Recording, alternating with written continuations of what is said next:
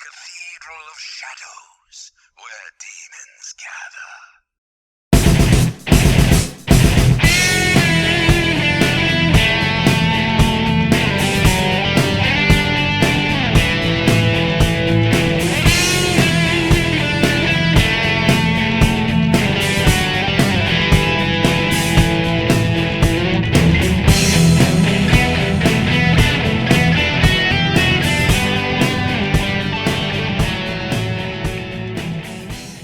Hello everyone, welcome to the Cathedral of Shadows, a Megami Tensei Podcast. I'm Rasen. I'm Katsu. And I'm Kevin Frane. I translated Volume 1 of Quantum Devil Saga Avatar Tuner. Hi again. Yeah, again, yay! Yay! Yay! It's always fun to have repeat faces on COS. So, Kevin Frane decided that he would want to come back on again, so we could have a little bit of a spoiler book talk about Quantum Devil Saga, because all the other times we've talked about it on the show, it's really just been about it coming out and kind of what the whole thing's about. Now that it's been a month since it's actually come out, we can talk about it and do a little Oprah book club type thing going on here. So yeah. If only we could have Oprah. Only we could have Oprah on COS. That would probably be the peak of my life, is seeing Oprah talking about Quantum Devil Saga. I would love the Oprah bump to sales. Yeah. That's exactly what we need. Man. But I guess since that can't happen, we have to hashtag get Oprah to read Quantum Devil Saga. That would be an amazing movement. But I guess you get an Atma. He gets an Atma. The streaks of light are just piercing everyone in the audience. Oh my god, that would be awesome. That would get dark really quickly. No, but I guess since we're not talking about Quantum Devil Saga on the Oprah show, you're gonna have to talk about it with the Cathedral of Shadows crew. So I basically how this is gonna work is we're just gonna go through kind of the just the whole plot of the book. So once again, this is a spoiler talk. If you have not yet read the book, first of all, shame on you. Go out and get it, and I'll provide a link to where you can order it and such below. For those of you that have read the book and are willing to hear some fun discussion about it, then you can stay. And then the second part of this, we're going to be answering some listener-sent-in questions for Kevin. Yay! And a little Q&A section that we decided to put on this time. Just not even just Quantum Devil Saga stuff, but just translation work questions in general that we thought it'd be fun to have people send in. So our local professional can answer them for you. Anyways, I guess who wants to start this off? Is there any comments about just the very beginning that anyone wants to throw out there right away? Or? I'll start. Okay. The beginning was more or less the same as the game. It was like starts looking up at the cat. He's like, "Hey, that's a cat. Why do I know that that's a cat? Oh well, forget about that cat. We got more important things to worry about." I gotta go cap some dudes. Yeah. That's exactly what Surf was thinking. So yeah, we have this whole scene at Ground Zero, which pretty much the same. There's a few minor differences. I think there were some differences in the environment, like there were cars and stuff, like shipping crates, something. Yeah. So just kind of. It actually made it a little less generic, I thought, because they brought in a bit more real-world objects than just rubble and rock, than kind of that was in the game. Video game realism gray. Yeah. That was pretty much the start of that. Oh man, yeah. So we have Surf with his amazing marksmanship ability, being able to snipe out arrows as they're coming towards him with his handgun. Barry Surf a G. Yeah. What else did we have? We had the same thing with Harley being present and then making a big deal out of trying to not really start a war. It seems kind of like they don't really want to fight, so each side is trying to get each other to kind of poke the big green alien object first. Yeah, at it's the like start there. you touch it. No, you touch it. No, Yeah. you touch it. No, you touch it. Yeah. Um, and I guess too, throughout this whole part, we get a little bit more world building than we ever get in Digital Devil Saga. Like, I think this is the point where they kind of talk about how the I almost said Vortex World. I mean the Junkyard. How the Junkyard works with night and day being shade time and light time. I think it's called. Yeah. Yep, shade time and light time. Yeah, ST and LT. which yeah, I thought that was interesting because you never really get that in because really in Digital Devil Saga it's more or less just Seattle. It's always rainy and cloudy. They never really talk about the time of day. So we got a bit from that. Is this also correct me if I'm wrong, is this also where we start to get our first real exposition in regards to the tribes and kind of how the Embryon started?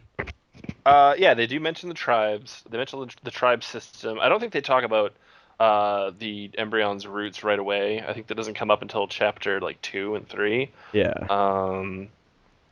But yeah, they talk about the whole tribal setup because that's very like foremost on Surf's mind. You've got like Argilla warning him about okay, like how to, conduct yourself when you could get got and then everyone else has to suffer for it. Yeah.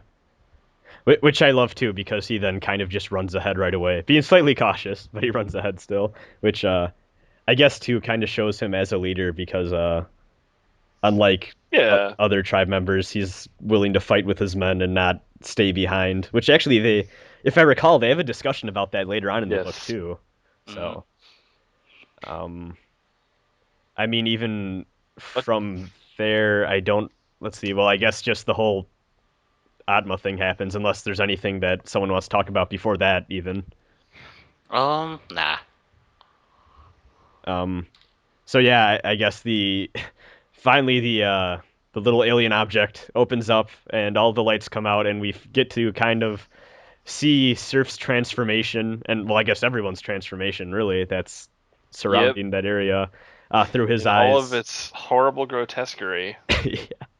Involving rainbow colors actually. And yes, rainbows. Yeah, I thought that was a nice touch where they're just kind of talking about Varuna or Varuna rather awakening within him and kind of what that experience is like with the that's kind of first where we see the Om Mani Padme Hum too, correct? Well, that wasn't the first. We saw it in we actually saw it in Digital Devil Saga, but it was like a quick flash. We didn't really. Oh, I meant in the book, but yeah. It wasn't a game though, but it was only there and it wasn't really mentioned ever again. I don't think so. Yeah, they kind of do make a bigger deal of that in the book, don't they? Yeah. Yeah, Om Mani Padme Hum is kind of like the arc words, at least certainly for the first 2 books. Yeah. I mean, there's points where like even just seeing it written down like makes Surf like start to like whoa, hold on, calm down. Gotta check myself before I'm eating everyone around me.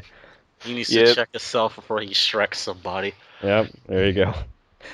And then even with that too, they kind of, well, if I recall too, there's a point where Surf is actually shot in the chest, but because he goes to the Atma form, that kind of heals up.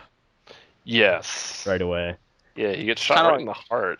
Yeah, that's kind of like the opening scene of well, not the opening, but like in the beginning of DDS1 where they go to the Vanguard space and Argilla shoots up those guys with a machine gun. Where I have no idea where that even came from. I thought her weapon was a sniper rifle, but that's beside the point. She shoots up those guys and then they transform into ghouls. So yeah, even from there it's kind of showing the powers manifesting, and then we get the whole scene with everyone being devoured basically, and then I don't know, is this also the first point where they differentiate between the high Atma and the lesser Atma, or? Yeah. Yeah. Okay. Yeah. So I thought that was interesting. Oh, well, carry on, Kevin. Sorry. No, I was gonna say because the description of the difference between high Atma and lesser Atma. Like they kind of get like a data dump from the church that nominally explains what they're supposed to need to know about like how to use these powers. And just sort of like, hey everyone, like here's our new rule book for the upcoming season. It's like, from now on, this is a face mask. This is what offsides is going to be. Also, you need to kill and eat people to not go crazy. There you go. It's just like a game. The Karma Church treats it like. No, I thought that was kind of a cool point to note because just in the games they're just Atma, and they don't really explain why some repeat while others don't, and why some seem to be so much more powerful than others. Yeah. They just don't really draw the difference line. there. Yeah, it's just kind of everyone has an Atma, and then certain people. Everyone has an Atma. Deal with it. Yeah. So I thought that was kind of cool why they showed, hey, there's a reason certain people are a lot more powerful than others. And then too, even I thought it was funny because later on when they're kind of checking around where everyone's marks are, they do kind of point out that there seem to be a lot of repeats within the same tribe, almost, it seems. Yep. So kind of even in the game, it's like, oh, there's a reason that the wolves have so many Decaravias or just random stuff like that. Yeah. Fucking Decaravia, oh my god. Damn starfish.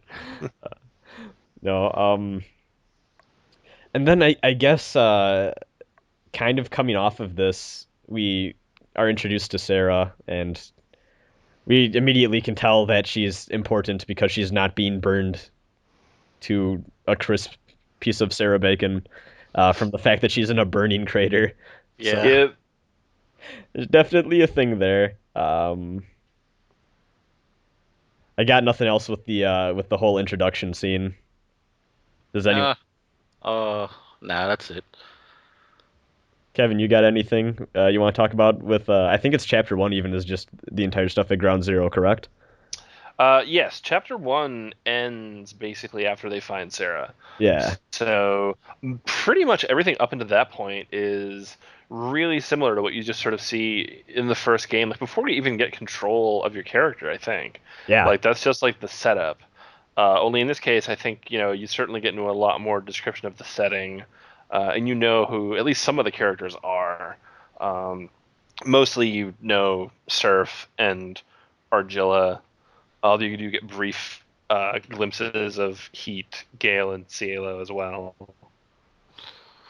Yeah. And then I guess from there they go back to base and kind of.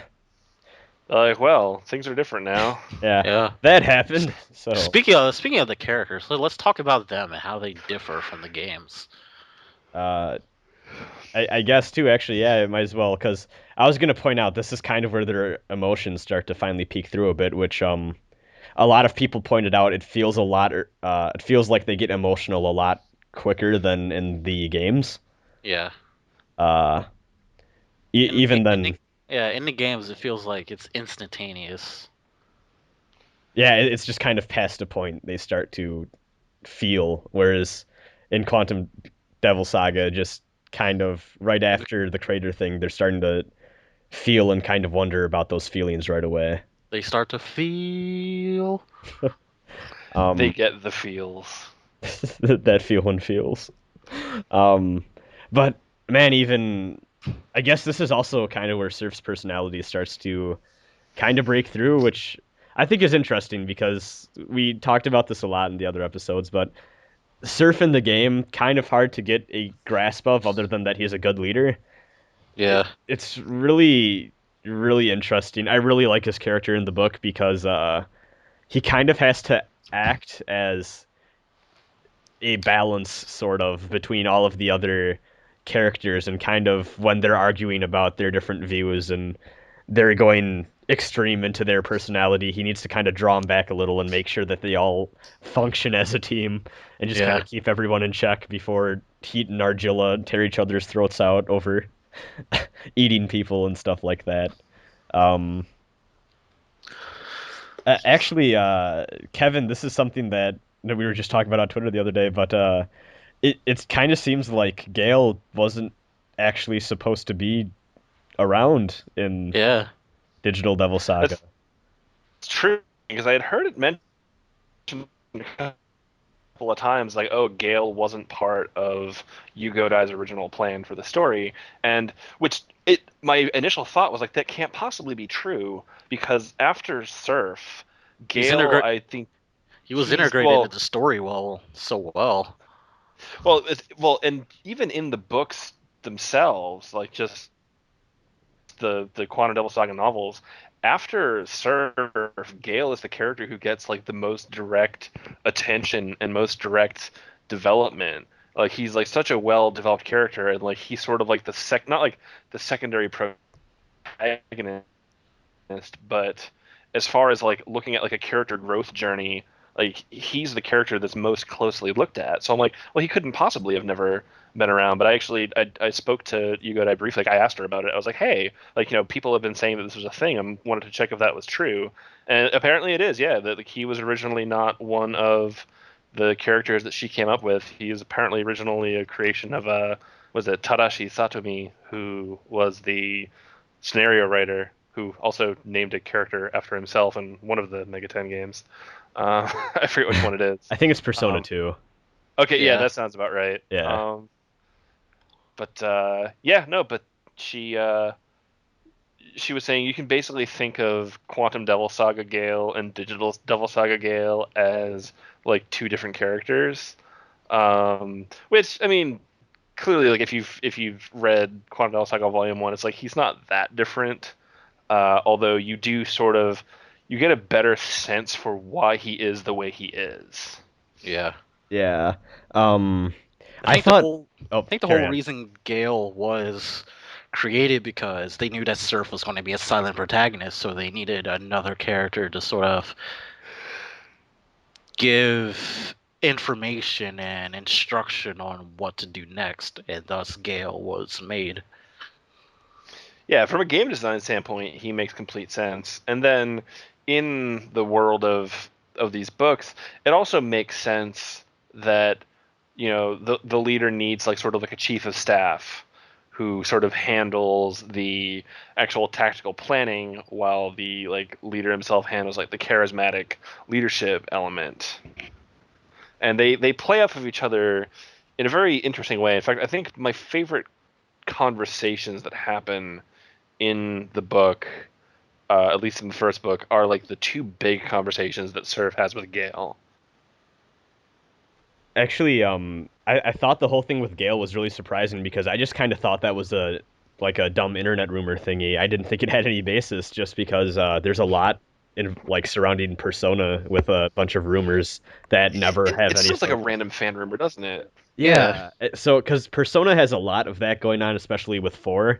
So I just heard a thing like that, and I saw it mentioned on the Megaten wiki, and I'm like, oh, that seems like a rumor that got out of hand. But uh, I was surprised that that he wasn't actually part of the original story, just because, like you said, even in the games, he seems so seamlessly there that I wouldn't have even thought of that at all. To the point where actually Gale is my favorite character from Digital Devil Saga, and I can't imagine him not being there. But even it's kind of funny because it really seems like the reason he was created, like we said, was to be a mouthpiece for Surf in a way, since Surf had to be silent. Um, I thought that was interesting just because even I think I talked about this in a previous podcast is one of my not big problems with Digital Devil Saga, but something I found weird within the story is Gale kind of calls the shots sometimes, and completely seems like he has leadership.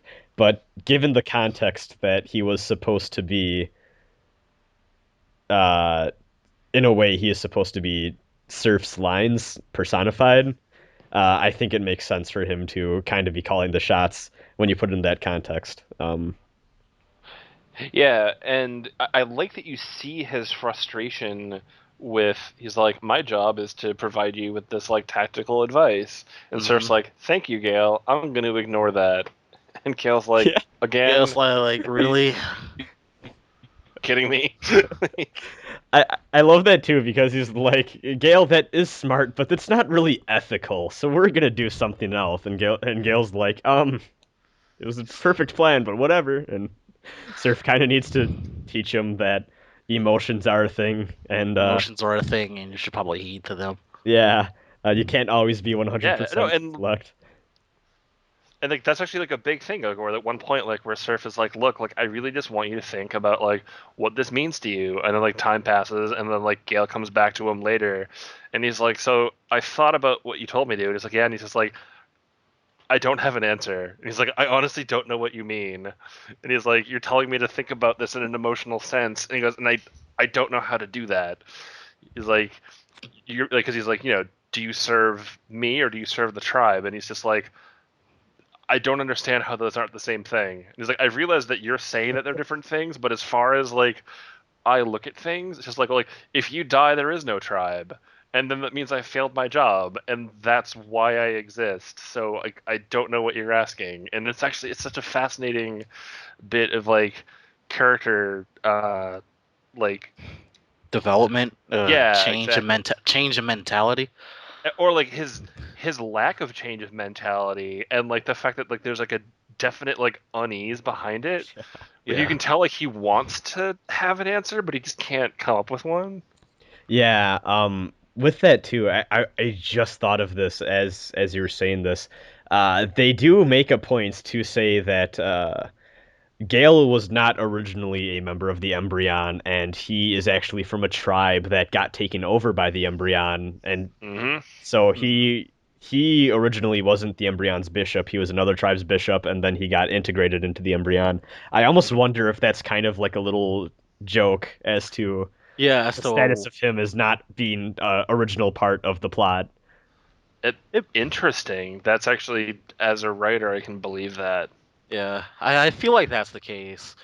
She was probably like, "Oh, hey, I told I should totally put Gale into the plot, but how? Let's give him this backstory about how he used to be part of this tribe that Embryon took over, and now he's here." Yeah. Um, and I find interesting too with Gale. I could talk about Gale all day, both in Digital Devil Oh, Saga and Quantum Devil Saga. me Uh, too. even from the bit we just saw. But one thing I really love is that in Digital Devil Saga, he is almost a computer in a sense, just with how he views and analyzes situations without really putting much emotion into it. But what I really love here is that he is actually, in a way, a computer because he has a USB port behind his ear. Yes, he has a USB. I was not expecting that. I think that was the first major difference in the novel where I was like, oh shit. You could totally like put music behind Gale's Yeah. ear.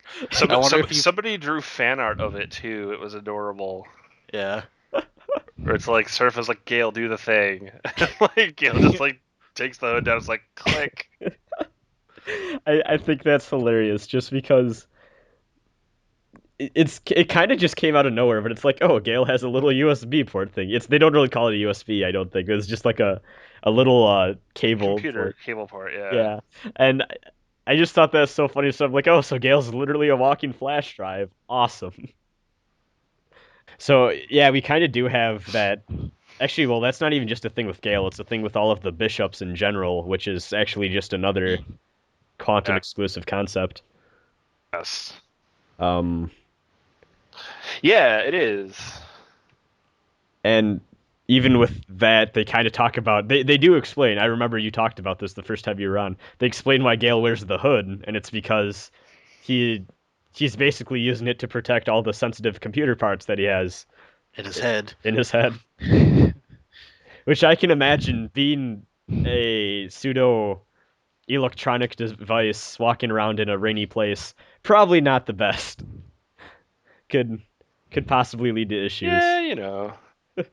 Short circuiting, buttons Hopefully, not working. hopefully Gale is waterproof in all the places that it matters. So, um, but yeah, even I'm kind of out of stuff to talk about with Gale, at least in terms of how it applies to Quantum Devil Saga 1. Uh, is there anything you guys want to talk about with Gale? Nah. Kevin, you got I anything? will say, I will say that just in general, without saying anything about like later books, Gale is absolutely the last member of the Embryon that I'd want to fuck with and piss off. Well, that's kind of the Like, case of DDS. Yeah. yeah, that's true too. Fair enough. I think Heat rivals that for me, but yeah, Gale is up there too. Um, Speaking of heat, yeah, there's our segue.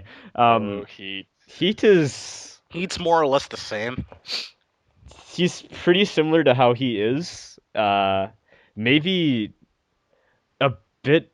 Well, I guess it's interesting because something that I kind of took note of is in the game. It seems like there's never really a point where Heat really doesn't seem to be.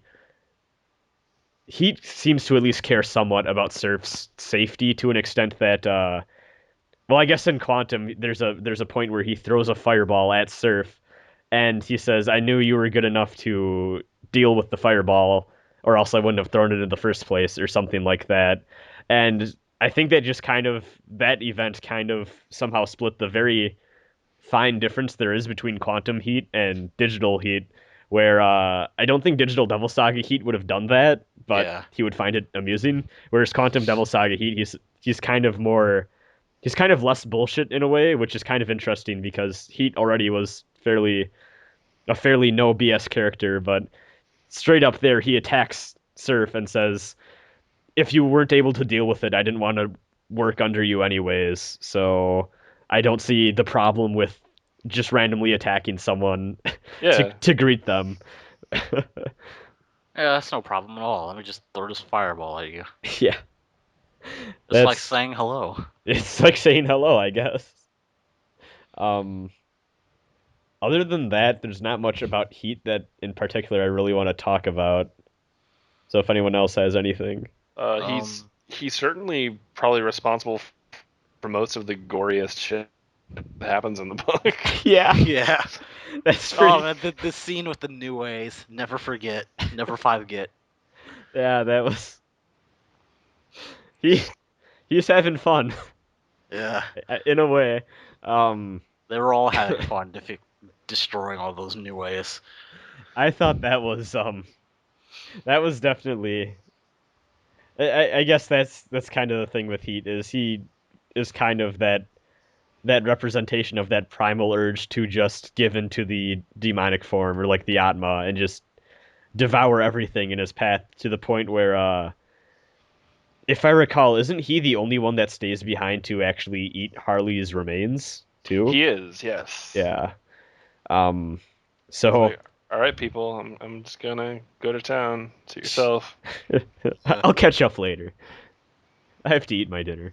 Um, so definitely kind of a point of conflict there, and I'm interested to see how Quantum Heat acts later on because Digital Devil Saga Heat's character goes places, and I guess one thing with Digital Devil Saga is when I was playing it, Heat was the character that I loved to hate, just because he was such an ass, and it's not really until later you really understand why he acts the way he does. Yeah. And I'm interested to see how Quantum Devil Saga maybe not justifies but explains why he is the way he is. Because it's kind of a I don't think I've ever really 180'd so hard on a character where by the end of Digital Devil Saga 2, I'm like, he's not that bad of a guy, but at the start of Digital Devil Saga, I'm like, man, this guy is an ass. Why is he on my team? So it's definitely interesting. Yeah, he's got himself. His rationale makes a lot of sense for what it is. Yeah, he in a way too. He kind of has this personality to him where just because that's kind of how the world works and these are the new rules, he just adopts them right away, and he's very He's quick eager to adjust. Yeah. He and also too, I think a part of it is it makes him feel good to eat and kill all these people and just feast. So he doesn't mind it, whereas everyone else kind of has a moral dilemma with the cannibalism part of it. Whereas Heat says, well, it makes me feel good, and we kind of need to do it to survive anyways, so why wouldn't we do it? And I do like the rivalry between Surf and Heat and Quantum more than I do Digital, because they actually have backstory that they go through together, and it makes sense as to why he treats Surf the way he does, because like he wants Surf to be a leader in every sense of the word. So whenever Surf shows weakness, he kind of gets annoyed. It's like, you're supposed to be the leader. Why are you showing weakness? I think that's part of the reason why he threw the fireball at him that time. Yeah, with that too, I think they make a point of it in the book to say that Heat might as well be the second leader, or he's like second in command type of thing, Yeah. which I never really got from the games. I kind of viewed Gale as that, if anything, in the games. But they do make a point of saying if there's any equal member to Surf in the Embryon, it would be Heat, which I thought was an interesting dynamic they went for, because he is more or less Surf's rival.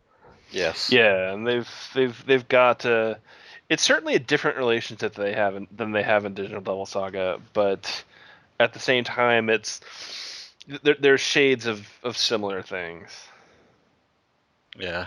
Yeah, they're like it's kind of interesting because the attitude, I would say the attitude of the relationship they have towards one another, so far at least, is pretty similar, but kind of the circumstances and the feelings they each have for why they act are fairly different. And I think part of that too is on Surf's end, because he has more of a fleshed out personality this time around. Mm-hmm. Whereas in the game, it's kind of a thing like Heat is a dick to Surf, and Surf is the player. Thus, the player must feel angry at Heat, type of thing. So I think that's really all I have to say on Heat. Either of you good, or should we move on to someone else? Oh, I'm good. All right. I guess we can go into Argilla right away, just because I think I think she's the most. I think her and Heat contrast quite a bit, to the point where I would kind of say, reading this, I kind of felt like a large part of it was it really felt part of the point of this first book was to set up how Argilla and Heat are very conflicted with their worldviews, and Surf kind of needs to be the balance between them and Yeah. figure out how they should deal with everything. Which actually kind of had maybe not the consequence, but it kind of felt, at least to me, that Gale and Siero are kind of more so in the background at least for this beginning part, just because they don't have much of a conflict yet, other than, I guess Well, you could say, their personal. Argilla is on the cover after all, so you know. There's that. Um, well, I think the thing with Gale and Siero is their issues so far seem to be very kind of a personal thing, whereas Heat and Argilla very obviously clash heads, and I think that's a big point of this book. Yeah, I would say that Argilla probably has the most complete character arc in this first book. I mean, she sort of goes through a complete bit of development where she starts out confused and afraid, and not wanting anything to do with these powers, and then she gets over her fear, and she's like, well, okay, like I won't be scared of what I am anymore, but I'm not going to actually give in and do this. And then by the end, she's like, okay, no, like I need to just accept that this is what I am now, and like if I need to do this, that's what I'll do, because there's more important things at stake. Yeah. Yeah.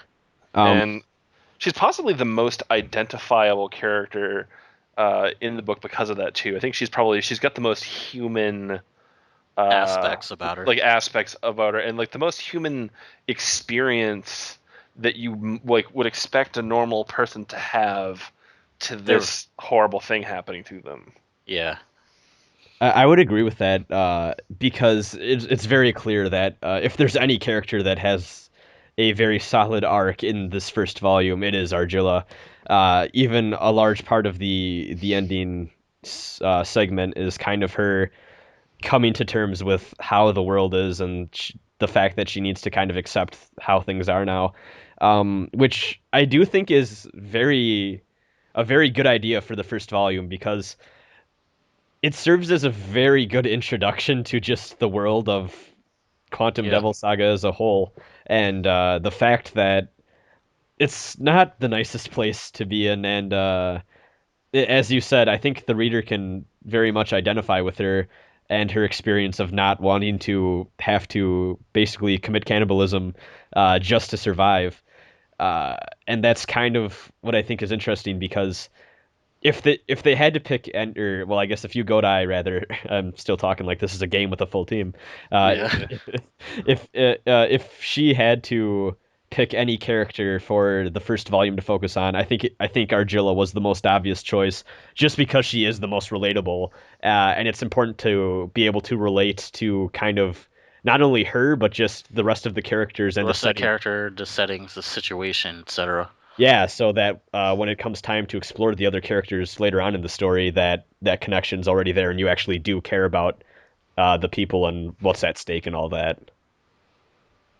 Yeah, I think they do it a lot better than in while they. Here I am talking about there's a team behind the book.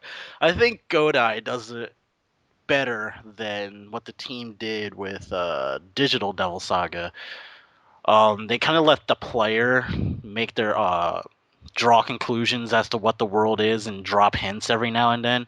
You know, pretty much like standard Mega 10 fare. They don't give you all the clues at the beginning. You have to find them yourself, draw your own conclusions, make inferences, etc. And Argilla in Digital Devil Saga, she quickly accepts the situation that they're in. They have to devour each other, even though she still says it doesn't have to be this way, and all that stuff. She still devours people by the time they reach the Karma Temple. Yep. Gotta Yeah, devour fools. yeah, that's definitely a good point to note too. Um, yeah, because like I just feel really bad for Argilla throughout this full thing because she is clearly being so traumatized by the events around her, and there's a really weird, just tiny character detail that I really enjoyed is that she makes a point of having her sniper rifle on her even in situations where it doesn't really make sense, just because it comforts her to have that around. It's like a teddy bear. Yeah. That's actually kind of cute now that I think about it. It's like, well, if I don't have my gun, just Yeah. like that's what makes Argilla feel warm and cozy. Yeah. Firearms. Surf just goes into her room at night, tucks her in with his sniper rifle, and then walks away. Turns the nightlight on. I even like to. I think it's Heat says something like Argilla, guns don't do anything anymore once everyone's in their Atma form, and then she's like, I don't care. I want it with me. Because I think even Heat stops carrying a gun around with him, doesn't he? Yeah, I think at one point Surf orders him to have his grenade launcher on him just in case, or at some point. Can't remember. no, he doesn't order him to. He does mention right after the Ground Zero thing that he's gonna try to get some practice in with a new one, but that's before he sort of like learns his fire powers, and then he's just like, well, all right, here I go then. Yeah. Although I do believe he does at least have a gun on him when they go to the Maribel base, because that Yeah. it doesn't get taken away from him, but he's just like, whatever. Yeah. Uh, kind of. I think that's interesting too because in the games themselves, there's no real point to ever use your human form and the firearms, just because aside from like a couple enemies. In the first game, there was absolutely no point. Just stay in Atma all day, every day. Yeah, well, the only point in the first game to ever use your guns were when you reached Omo Ikanes, which are enemies that are weak to gun, and they drop a shit ton of cash and experience, but are very hard to kill until late game. That was really the only time to ever have your gun out, just because demons are basically bulletproof. So Yeah. that was definitely interesting that they kind of kept that, at least in some way, in the book. From the game and whatnot, just that setting detail. I mean, even I think kind of a large thing that a lot of Digital Devil Saga fans really appreciated about Quantum Devil Saga is just kind of the world building and the explanation for how the Junkyard works. Because, like Katsu said, in the games, it's so vague. And that was even a point I think I wondered myself, like, where do the tribes get new members from? Because they're fighting constantly. There must be some point where people can, like, they need to be able to recruit new members somehow other than killing other tribes and getting their members. Like, there has to be some sort of supply around, or else everyone would be dead by now. And they kind of explained that, and the thing with newcomers coming from basically the sewer system, which that was a unique little Yeah. detail they threw in there. It was kind of explained in Digital Devil Saga, but they didn't outright say it. They kind of just like alluded to that's how they got new people into the junkyard. Yeah. Well, I guess anyone have anything else to say about Argilla before we move on to anyone else? Okay. I mean, I think that really just kind of, or she's possibly my favorite character in the first book for like the reasons I already mentioned, just like from a writing perspective, and like she does sort of have that emotional component that comes across pretty strongly. She's certainly one to pay attention to. Yeah. Oh, and she also drops the line that we talked about in the last, Oh yeah, she does. which I completely loved, is where she straight up says "fuck the church," and then everyone looks at her and like, oh, Argilla. Argilla, please. Yeah. Yeah. Argilla, please, you can't. Oh my God, Argilla, you can't just tell the church to fuck itself. I actually there's that's another thing that I noticed that they kind of bring in earlier to Quantum Devil Saga than Digital Devil Saga. In Digital Devil Saga, eventually they start to say the rules and their effects on us are fading, but that doesn't really come into like 3/4 of the way through, I think. Whereas in Quantum Devil Saga, Surf asks Heat, like, what would you do if I died? And Heat says, like, well, I'm not going to join the other tribe. Fuck that. Like, they're just words. They have no effect on us. Where in Digital Devil Saga, it seems like they're kind of more, they have less control over the rules' effects on them until later on when their emotions start to break through a little bit more. And I just really, really loved how even there's that one point where in the Karma Temple before the meeting, that one girl attacks Surf, and they have a little fight, and one of the guards comes out and basically taser staffs both of them and says, "Guys, don't do that here. That's against the rules." Yep. Hey, no fighting. That's against the rules. That's kind of a point I think that's kind of funny too, is that maybe they talk about it more in Quantum Devil Saga Volume 2, but within both Digital Devil Saga and Quantum Devil Saga, they never really point out any punishments for breaking the rules. Like, there doesn't really seem to be major negative effects on someone if they do decide to break a rule in the junkyard. They're just kind of there and adhered to because of, well, I guess backstory reasons that are kind of spoilers. But I always thought that was interesting because there's these rules that are basically meaningless, but everyone follows anyways. Yeah. And it's interesting that like when they sort of get into it, like they're like you know, hey, what sort of punishment do we face for breaking the rules? And they're like, nobody has ever thought of doing it before. It's like, we don't know. It's like, we would never have even like considered ever breaking the rules. And then like, they're sort of like, well, let's poke the rules with a stick and see what happens. Hopefully we don't get smited from the tower. Yes. Yeah, I always like kind of I kind of like that just as a setting thing as a whole, both in Digital Devil Saga and Quantum, because it's just it's so interesting to see the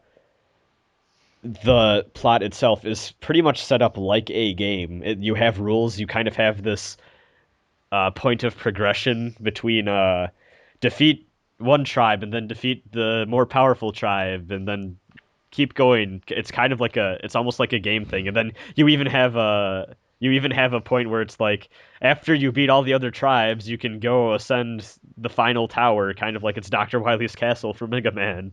The Or final Yeah. boss tower. yeah, and then they managed to play around with that and just mess around with the fact that the setting itself is kind of like a game, but with actual people in it and not just regular NPCs, and they're not just player characters. They're real human beings that have to play this sort of messed up game and deal with that. Guess we're kind of straying here. I think the last character we really need to talk about is Cielo. Yes. Um, Cielo's a he's- thing. I'd say this first volume, he probably has the least presence. Yeah. He's around, and He's the thing. and he calls Doesn't have his his- buddy. Yeah, he doesn't have his accent either. Sorry, guys. Yeah, that He- was the thing for people. He does not have his accent. That's true. I think I still give him an accent whenever I read his lines. I so- know it's such a habit for me that I give Cielo the accent, and I kick myself every time, but I Oh, well. can't imagine his voice without it. No, I think Cielo's kind of more so in the background because really it's not. He mostly does stuff in the beginning, and then he has kind of a character moment in the ending. Kind of like Yeah. Digital Devil Saga 1. Kinda, yeah. I'd say in the games even, yeah, Cielo really doesn't go through much until the second game, Yeah. where we kind of learn more about him, and he has a chance to kind of take more of an active role. But the only real thing I guess in this is Cielo calling Surf Buddy, and And that kind of Cielo's noticeably younger in Quantum than he is in Digital. Noticeably much younger, yeah. yeah. I mean, they mentioned he was younger than most of everyone in Embryon in Digital Devil Saga, but he didn't look like it very much. If he was younger than him, it was probably only like a few years physically. Yeah. But in this one, it's probably close to like 10 years or something. Because It almost feels like he's like 18, 19 when everyone else is like in their mid-20s. yeah, That's kind of how I imagined it. I feel him even a little younger than that. Maybe like Really? 16, yeah. Okay. I feel like I he's say, 50. but- I feel like he's like 15-ish. He's relatively short, young. Yeah. Yeah. I do kind of enjoy how it's like a small thing, but every time he and Argilla interact, it's kind of like a thing with Argilla kind of shaking her head and Cielo just being goofy little Cielo, and I just find it funny because it's almost like Argilla is his mother figure in a way, or like big sister type of thing. I Yeah. enjoy their little dynamic they have there, and then you have Surf kind of being his bro in a way. His bro. Bro. His bro hand. Yeah. Well, actually, Kevin, didn't you say there is a thing where you decided to go with the term buddy instead of bro just because you didn't want Cielo to be dude bro? Like, Mountain Yeah. Dew drinking. I didn't. Yeah, it wasn't Buddy in my original drafts, and like he sounded way too much like a dude, bro, and that's not the attitude that Cielo is supposed to give off. Like I would like be picturing with like a popped collar and like hat to the back, and like he's got like a red Solo cup wherever he goes.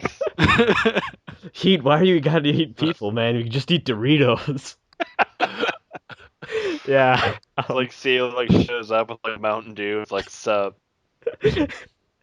Everyone's at the shooting range practicing their gun skills. Cielo's in the back swearing on Xbox Live playing Halo 3. Beautiful. But yeah, I think Cielo really, he just kind of appears in the beginning, and he has he kind of has just a thing with him kind of showing that he is kind of the goofy little brother of the rest of the Embryon, and he does have a presence throughout the rest of the books, but I think part of it too is just the fact that the Embryon is dealing with a major issue right now, and he's not really in much of a He's not well administrative equipped. role. He's not well equipped to handle the situation.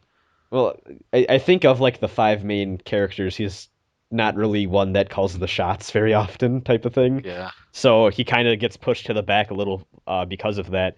But then in kind of that final battle they have, you have the character moment with Cielo basically fighting tooth and nail to protect Sarah, which is really cool because it shows that even though Cielo's young, he is reliable and he will get the job done no matter Yes. what, even if his life depends on it, which I really liked. Yeah, and like not to say too much, Cielo does get more of a focus in the next book, um, compared to what he did in the first one. So like, don't like feel like Yugoda has forgotten that Cielo is part of the story. Yeah, I actually thought it was funny because even those two character moments, the more I thought about it, that's more character moment. Those are, even though it's only 2 moments, those are 2 more character moments than he has by this point in Digital Devil Saga, anyways. Uh, Yeah.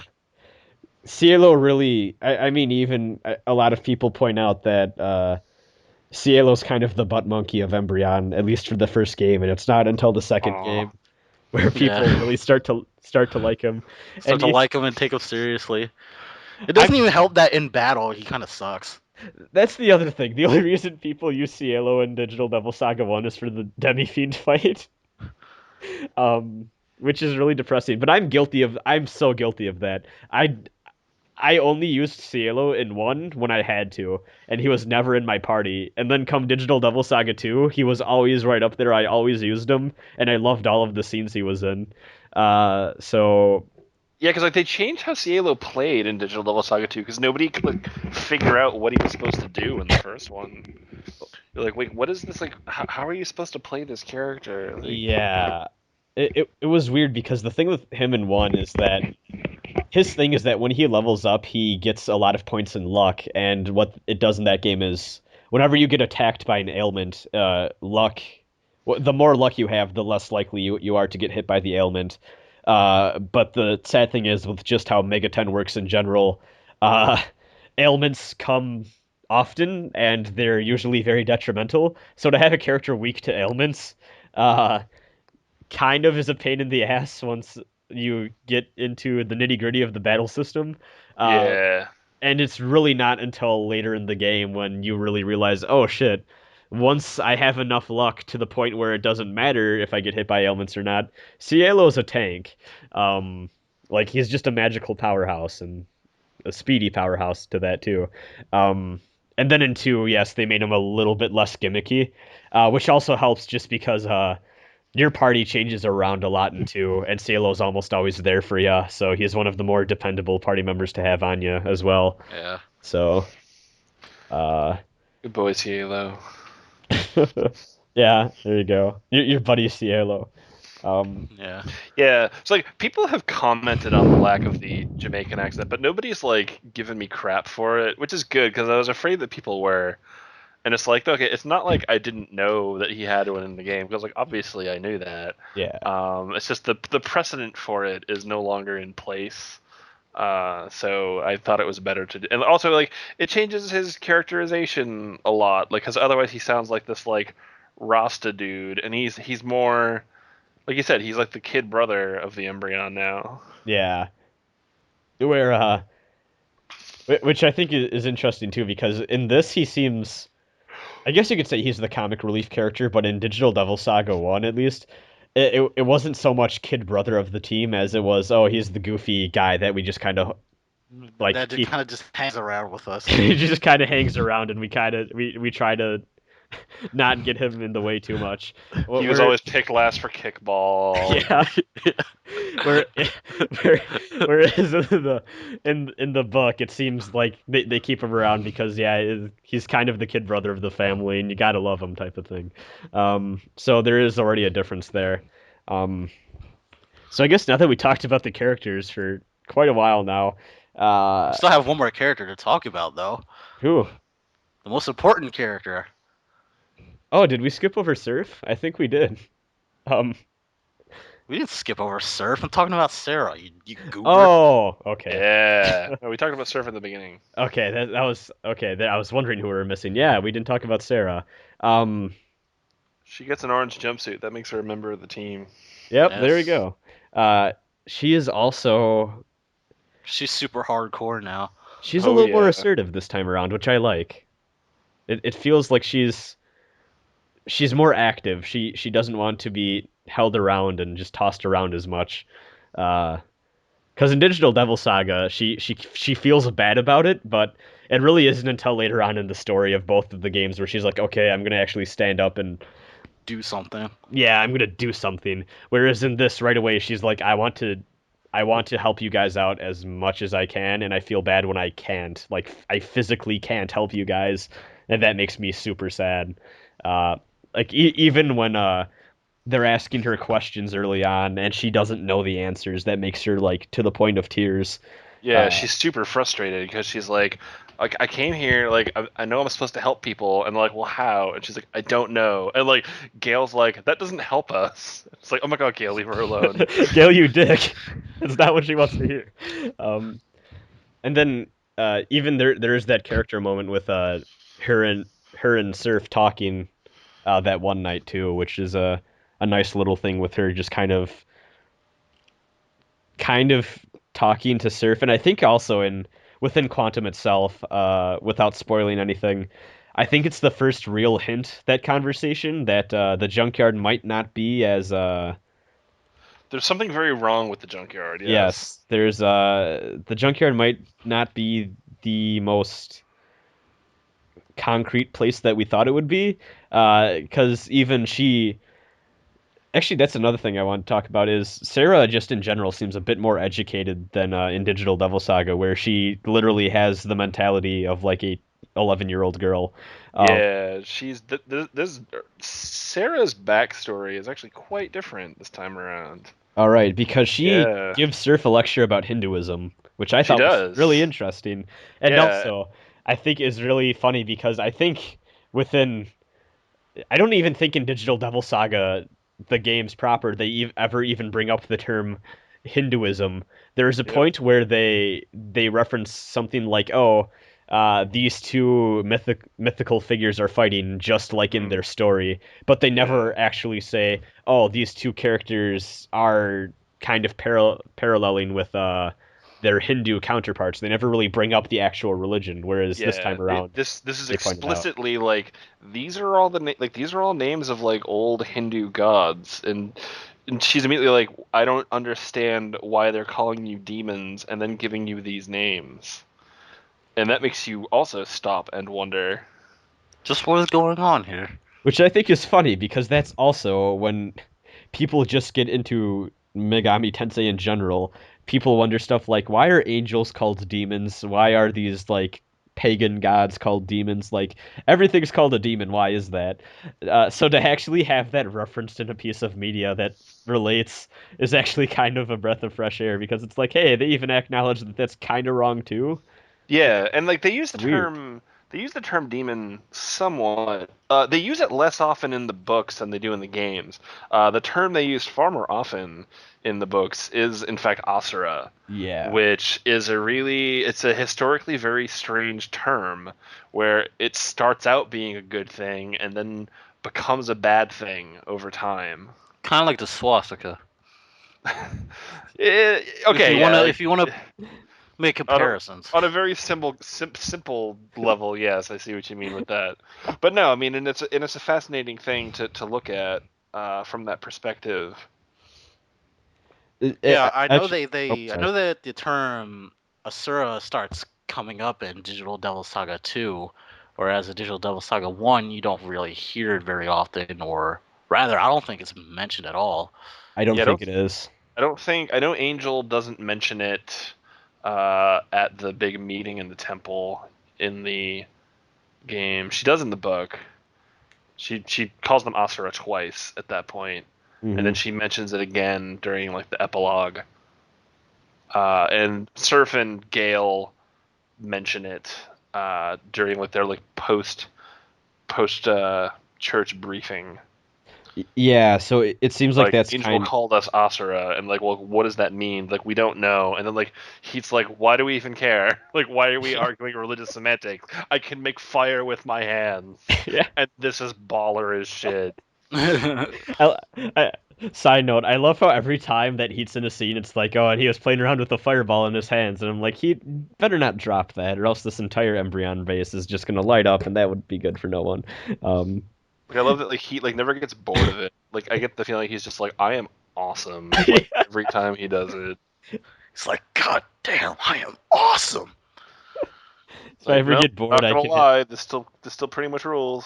If I ever get bored, I can have my two heads just talk to each other for days. Um, no, but what was I gonna say? I do kind of have a feeling that maybe not exactly, but they do kind of make a point of instead of the Atma forms being called demons, they seem to be going for the term Asura more so, which Yeah. I think is interesting because once again that kind of does play in more with just kind of the whole Hindu-esque type thing they're going for instead of demon, which is just kind of at least how I look at it. In Digital Devil Saga, the reason they're called demons is because it's an SMT game, and Yeah. all those monsters are always called demons. So it kind of separates Even the that. angels are called demons. Yeah. So it kind of feels like it's not so much a leftover of just the larger franchise as a whole. More so, it's just kind of how it's kind of paralleling again with the mythology there. Um, so I thought that was pretty interesting. Shoot, what was I going to say? I think oh well we got onto this because we were talking about Sarah and her conversation. Also the fact She that quotes Faust. there's that too. Which Digital Devil Saga Sarah would never Yeah. never do. Um, Seems much. Yeah, overall, she's a lot smarter and more independent, I'd like to say, than her digital counterpart. um, But like she's also still sweet and innocent, which Yeah. is like something that the Junkyard just doesn't have. yeah, she is very much kind of a stranger in a strange land. Um, she definitely is. She sticks out, and I kind of like how that's kind of what attracts the other members of the Embryon to her. Is like she is that one weird black-haired girl that we don't know what's her deal, but even they're all kind of curious about her personality and even just her in general. They point out like, hey, she's not all muscular and she's not built for fighting. What's the deal with that? Like, you're not Yeah. long, like that type of thing. She doesn't have cyborg combat implants. That's weird. Yeah. Um, Strange. wait, you mean you don't know how to shoot a gun? What? Who are you? Um, but then too, the other thing with Sarah that I think is really cool throughout the book is she has kind of this character thing where she wants to help out so much that when the point comes up where they realize that they can use her blood to hmm fend off the Atma urge type of thing. And She makes a point of really want to give her blood out, which kind of disturbs Surf and Argilla to an extent because she's very willing to give away yeah, her unlike blood. unlike Digital Devil Saga, she doesn't sing. She gives blood. She's hardcore. Yeah. Yeah. As soon as I said that, I just thought of that Bubbles image. You know, Bubbles from Powerpuff Girls, where she says she's hardcore. Just imagine that as Sarah. I'm hardcore. Well, I think it's funny too, just that whole thing with Sarah's like, yeah, I want to give my blood, and Surf and Argilla are like, wait, what is that? Okay, and Gale's like, oh, here's some capsules, we can mass produce these. Oh, it's funny. Somebody, I forget who it was, but somebody on the internet was like, "Yeah, it's like I love that Gale's like, no, it's cool. Like I only need like 200 milliliters of blood. It's like Gale, that's like a cup of blood. Calm down." It's like, no, we can totally mass produce this, put it on the shelves of the Embryon shop, and You know, the Embryon gift shop. yeah, And somebody else was looking at sort of like the religious symbolism of the games and whatnot, and they were like the whole thing with her giving blood instead of singing. To like that really puts the whole trying to get your hands on her like thing in different light. It's like you have to be alive to sing. yeah. Like you don't need to be alive to have a big bucket of blood. That's true. And also it makes it kind of when characters do go kind of batshit insane and like the hunger takes over, it kind of is a more scary situation because in the games, as long as she's like within a couple meters worth, like as long as she's in earshot, the demons can be calmed down. Whereas in Quantum Devil Saga, she actually needs to get close to them and somehow get her blood inside of their mouth. Yeah. Like And she has like the calming aura still, but like it's not quite the same as like I need to slit my wrist open and feed you blood. yeah, Yeah. because too, I think they don't really outright say it, but I think there is kind of a over like a overbearing feeling of just when she's in that situation, she calms them down, but the possibility is still very real that they want to like take a bite into her, and it's going to be too late because until like they'll attack her, and then it'll be too late by the time they calm down to realize that they hurt her. Like she's still very much in danger when she's around everyone in their Atma form, which is kind of raises the stakes just a bit. Um, Raises the stakes. yeah, I think I guess with Sarah, the last thing I can really think of to talk about is the ending part where she finally picks up a gun and she wants to at least have some form of Self-defense. Yeah. yeah. Some Uh, agency over her own fate. Yes, which once again she's starting to display stuff like that a lot earlier than in Digital Devil Saga, where she doesn't really she doesn't really feel the need to get involved or to fight, really until the second half of the second game. Really, minor Yeah. spoilers, but Yeah. it's a bit there. When she physically has to is Yeah, when she steps up finally.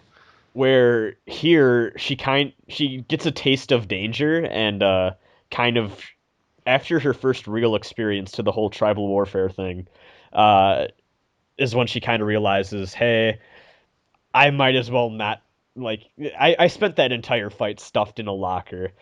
Yeah. I don't want to do that again. I want to at least if push comes to shove, I want to be able to do something, even if something like that is taking my own life as to not be a Let threat the to someone bad else. guys win, yeah. Yeah, which I thought was interesting because she's willing to go that far, where I don't think Digital Devil Saga Sarah would be too thrilled with that idea. Um, that's the last thing I have to say about Sarah, so I don't know if either of you two have something else. Mm, I don't think I do. There are a Nothing few comes to mind. there are a few interesting things about Sarah that come up in the books that are not part of the games, and there's a little detail that you might have looked over because they haven't actually addressed it yet. So in the books, the whole first time that Sarah does the, oh, I can turn you back to human form with like my magic is when they get back to the Embryon base. Um, as it happens here, they're still in Svadhisthana when they go berserk, and Sarah has been locked up in the Embryon base, and then she's just suddenly there. She's Oh, like, "Hi." that's Yeah, true. and like when Surf goes and talks, like I went and talked to all of the people who are on duty, and nobody saw her leave. Like nobody saw like the door open. She was just kind of there. And then they never quite actually go. They never circle back around to that in the first book and point. They Too didn't bring that up spooky. again. It is three spooky. It's- 3 spooky 5 May. Everyone, Halloween's just around the corner. Get your loved one a copy of Quantum Devil Saga Volume One. Yes. Right? You have you have black-haired girls that are teleporting places. It's basically The Grudge. Um, no, but yeah, that's actually something I forgot about. Yeah. And I can think of a reason for why that is, but I think that'd be a spoiler, and I'm fairly certain they're going to You, talk about that in the second volume. they will. They Yeah. will. It will be answered. Okay, that's because I'm thinking about a certain few scenes in the game towards the second half, and yeah, I think I know the answer to that, and I think it's pretty obvious if you've played the games, but I don't want to spoil anything. So Yeah. uh, I guess even now that we talked about all of the all of the characters, really, uh, I guess we can just kind of go more so into actually the story itself, and we left off talking before I went into the characters with just kind of when they were at the Embryon base. I guess we could kind of talk about when they do go to Svadhisthana. Mhm. Very I think- different than in the game. Very Yeah. different. All of the 5 guys of Embryon go to Svadhisthana instead of just Surf, Argilla, and Heat. Are all of them there? Yeah. They are all Okay. there. I thought Gale stood behind, but I could be thinking of something else, or I might have just made that. Oh wait, no. This I forgot because this is where we first get a real description of all of the Embryons Atma forms. So yeah, Yep. they are all there. Actually, I thought it was interesting because okay, so how it works in the game is they get there and it's kind of the first dungeon. It's kind of the tutorial of how this is how you Digital Devil Saga, and they throw in a little bit of like puzzles and stuff, but nothing too hardcore yet. And you get your first random encounters and easy enemies, and it kind of teaches you about how Digital Devil Saga's system works. Here, everyone pretty much killed each other already. Yep. Everyone's dead. Yeah, and there's bullet holes and walls are torn down, and And there's black goopy stuff everywhere. yes, there's tar everywhere. Yeah. Not so much of the black goo in In the the games. games. Yeah, that's not even a thing in the games, actually, now that I think about it. It's, Oh, it's a very important thing in the books too. yeah. And then I guess the only person that is left alive is Harley, and that's kind of where the first boss fight starts up. But Yep. one thing I did find interesting is I was reading the book, and I kept going, okay, armless zebra man, and then instead it's like, no, gooey black tentacle monster, and I'm like, what? There's Yep. already something different going on here. Yep. So right off the bat, okay, so reading it, it was very weird because that section of the book, and I know this term is overused and whatever, but it felt kind of Lovecraftian in a way with how they described Harley. Mhm. That's not a bad description of it, actually. Because you really don't get a concrete description of him other than he is a black goof monster with combat tentacles. Yes. Yeah. They don't really describe the shape. Well, it's Too constantly much? changing shape, is what Well, they it's probably say. not important enough because, he gets bopped early on. Yeah. Yeah, he is kind of changing. He's kind of more fluid. Mhm. And it made that part really interesting because I'm like, okay, so he's I was gonna... expecting a zebra monster. Yeah, I kept going, okay, so this is like he's transforming and the goop is gonna make an armless zebra man, and it's like, no, he's just goop. So With Harley's face in it. yeah. So what I was wondering throughout reading that is, was that the Atma going haywire because he wasn't eating anyone, or was that actually his Atma form? And I don't really know if that's ever really explained or if I just missed it, but It's not explained in the first book. ooh, okay. Okay, You'll notice that none of the other people, because you run into the other tribe leaders later, and they all seem to have fairly normal Atma stuff. I mean, you briefly see Mick the Slugs, you see Jananas. I think those are the only other of the tribe leaders you actually see transform. Yes. Because you don't see the leader of the wolves, and you only see Varen Omega very briefly. Yeah. Yeah, briefly and not in a combat situation. Right. Yeah, now that you mention it, yeah, because the reason I wanted to bring that up is just because I was reading it and I'm like, okay, this is different. This is clearly, It's different. this is definitely not a lesser Atma, but it's really not a high Atma either. It's kind of a goop monster, and I was wondering if Yeah. it was because, like, just something to do with the fact that he wasn't eating, or maybe he ate too much or something. So Somebody had asked me on somewhere, or they had just asked in general. They're like, "I wonder what's up with why Hayagriva's description is so different." And I'm just like, where in the book does it say that was Hayagriva? that was another thing I wanted to point out is Mhm. even on the Megaten Wiki, I think they do this where they're like, oh, Hayagriva's physical form is different. And I'm like, I don't think that was Hayagriva. That they never drop the name, they never make reference to it, like totally different. So I'm curious to see where that goes because they never really bring it up or think too hard about it. And I think part of the reason they don't think too much about it is just because as soon as they're done dealing with that is when they themselves start to get hungry and they Yep, and they attack each start other. digesting themselves. Yep. Um, Yeah. oh, I can't believe it took us this long to for anyone to bring this up. But this is the first point where we realize Argilla no longer has Earth powers. She has gravity Yeah. powers. There were gravity spells in Mega 10, but I think they were just exclusive to Persona 1. Persona 2. Oh, Persona 2. Yeah, so I thought that was interesting. That was just a thing I never really thought about going into the book. Like, oh, the elemental powers would be changed around a bit. But no, Argilla totally has power over gravity and not Earth. Which, Yeah, she's the only one who has the elemental change. Mhm. Yeah, and I mean it makes sense. I mean, she's still named after the Vedic goddess of the earth, Prithvi, and it still has to do. I mean, you could argue that it's certainly very earth related. Where the gravity pulls you in towards the earth. But yeah, she's got a bit of a different power set, a little gruesome. Yeah, Yeah. that's the other thing I wanted to say is I love kind of the irony with she possibly has the most horrifying power to get hit by because it Oh yeah. basically crushes you and just bone-shattering gravity effects. Whereas, Yeah. like, I mean, getting frozen and like burnt by lightning and fire and all that kind of horrifying. It's She pretty can tear brutal. you apart. Yep. Or Like, implode you. trash compact you into a Yep. ball of meat and what used to be bone. Yeah. Not very Uh, pleasant. yeah, like she kind of throws her like little gravity ball. Like I think that's kind of how they describe them, if I remember. Yeah. Uh, so I thought that was interesting. I think when Katsu and I were reading our copies, and like every time something cool happened, we messaged back and forth. I think that was the first point where I was like, "Holy shit, Katsu, something's different. Argilla's just gravity powers." Yeah.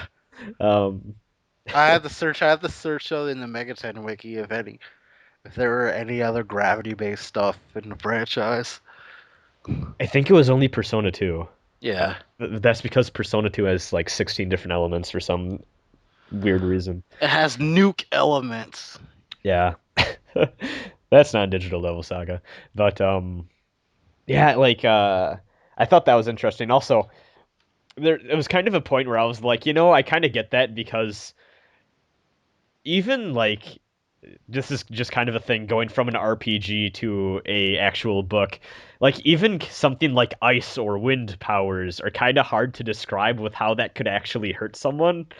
Uh, I imagine Earth would just kind of be weird because it's like what like is it like something like an earthquake where it shakes you around? Is it like spikes coming out from the ground like made out of rock? Like what's going on with the Earth powers? So I think gravity powers are just a bit easier to describe how those are used. Um, Yeah, it is a challenge to describe like Earth based attacks. It's like this guy generating a spike of Earth in the ground and did this. It's a little easier with I guess the more out there powers because you could just be extremely creative. I mean, even in Digital Devil Saga, most of the Earth-based stuff is just like a rock appearing on someone, then shattering, and then the damage number appears. Like, Yeah.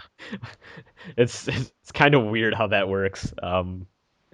So from there, I guess we have the scene with the Embryon finally having their first hunger type of hysteria going on, and like we said, Sarah magically appears and heals everyone with her blood. But I thought that was interesting just because we kind of see the Embryon collapsing inward and all fighting each other, which. I guess I can't really say anything in regards to Quantum Devil Saga, but just with my knowledge between Digital Devil Saga going into Quantum Devil Saga, I didn't expect any infighting yet. Yeah, not yet. Yeah, so I thought that was kind of maybe not foreshadowing, but a little taste of things yet to come. And Taste of things to come. I'm curious to see if there's anything else like that later on. But yeah, what happens after everyone calms down again? Because if I recall, that's when they go back again to the Embryon base, and they kind of... Yeah, that's when they get summoned by the church to meet. Yeah. And with that, too, I think it's interesting because if I recall correctly, they kind of talk about precautions just a little bit, like they're worried about Surf being attacked on his way to the temple, if I recall. Right, but then they're like, well, the church ordered a ceasefire. Hmm. Like we're not supposed to attack each other. Yeah. And then we talked a bit already about how there's the altercation with Surf and a random member of, if I believe it's... I don't recall what tribe the girl is. She's one of the solids. Yeah, the solids. Okay. Yeah, that girl from the Solids attacking Surf and the Karma Temple guard just being like, no fighting, guys, we're on holy ground. He was pulling a Nanako. Yeah. No fighting. And that's just kind of showing these rules really don't mean anything anymore. It's kind of a no man's land in regards to the fighting now, which is kind of scary because what we've already seen of the fighting is brutal, and the fact that it's even less structured now, pretty horrifying to deal with. I guess the scene with them actually, I guess this is probably one of the more famous Digital Devil Saga scenes, and one thing that is kind of minor, but I thought was interesting was they have kind of these like face guard shields up, so that none of the tribe leaders can see each other. Mm-hmm. Yeah. Which I never even thought about in the games, but yeah, it makes sense. Probably It's one like- of the best ways to protect your tribe leader from being assassinated is Is to to not make- have their identity known. Yeah, Yes. it's like, let's not let anyone know what you look like. Which kind of goes out the window after Janana and Surf get a little emotional there and Yeah. just reveal their identities to the other leaders, and all the leaders are like, oh well, now I know what you look like. But I guess what's interesting though is the Embryon did have Harley on record. They knew it. They were able to pick him out of the crowd. Yes. Which I kind of read that, and this is just a little inference I have here, but in Digital Devil Saga and Quantum, they do make a point of saying the Embryon and the Vanguards are kind of like the rivals. They go at it all the time. So I just Yeah. kind of assumed that they know Harley and what he looks like just from because that. they share a border, and they're both like smaller tier tribes that sort of like of like equivalent power levels. Yeah, so it makes sense for them to be rivals in a sense. Yeah. Yeah. Uh, They But- were mentioned to be at a standstill for quite a while too. yeah. If I recall, I actually going into a bit of the more tribal war stuff, I do kind of like how they kind of poke fun at the Embryon base and just the fact that it's kind of like held together by staples and duct tape, and it's kind of built in this sort of canyon, and that's kind of weird, and Yeah. just how messily put together the whole thing is to kind of to reflect that they are a lesser tribe. Yep. They're like, no, you just kind of like have this place. And it gets even more fucked up later on, so um, that's always fun. Yeah. What else with the meeting? Well, I guess the Ren Slaughter Devour line was still there, which Yes. Yep. Kevin, I think For- you said you made a point to keep that as similar as possible. Well, yeah, and thankfully the line is actually fairly similar in Japanese as well. Okay. And actually, I was actually just doing a comparison of that line between the versions, because what the word that Angel refers to the people of the Junkyard as is slightly different in the game versus the book. And I actually have like a whole big post with like two other people on Tumblr that I linked to, where that sort of comes up again. But yes, it's Hikisaki Hofuri Kurae, which is Ren Slaughter Devour, and that's intact. So Yeah, I found it. Hold on, if I may. My access grows limited. Do not forget this. You are Asura, evil spirits who exist to battle. Your Atmas are your true selves. Rend, slaughter, devour your enemies. You cannot escape your hunger and survive, and your hunger shall lead the way to paradise. Which in the in the game, it's run, slaughter, devour your enemies. There is no other way to survive. You cannot escape your hunger, warriors of purgatory. Yeah. And I think And then cue theme song. Yeah. danger, falling in love. Okay, let's stop. We're not starting that. I already have a Digital Devil Saga video where I sing, and that's bad enough. No, but does the term Warriors of Purgatory actually ever appear in the book? Now that I think about it, Children of Purgatory does. okay. The church refers to them as Children of Purgatory, and I think it's only the actual church people who say that. I don't think Angel ever uses it personally, but I could be wrong about that. I don't recall Angel ever saying it. Yeah, I don't either. I always thought that term was interesting because it's kind of a term that you get no context to why it's called that until later on, where you kind of pull back the blinders a bit and you're like, oh, that's what that term means. And it kind of becomes a little more obvious what the whole parallel is with that.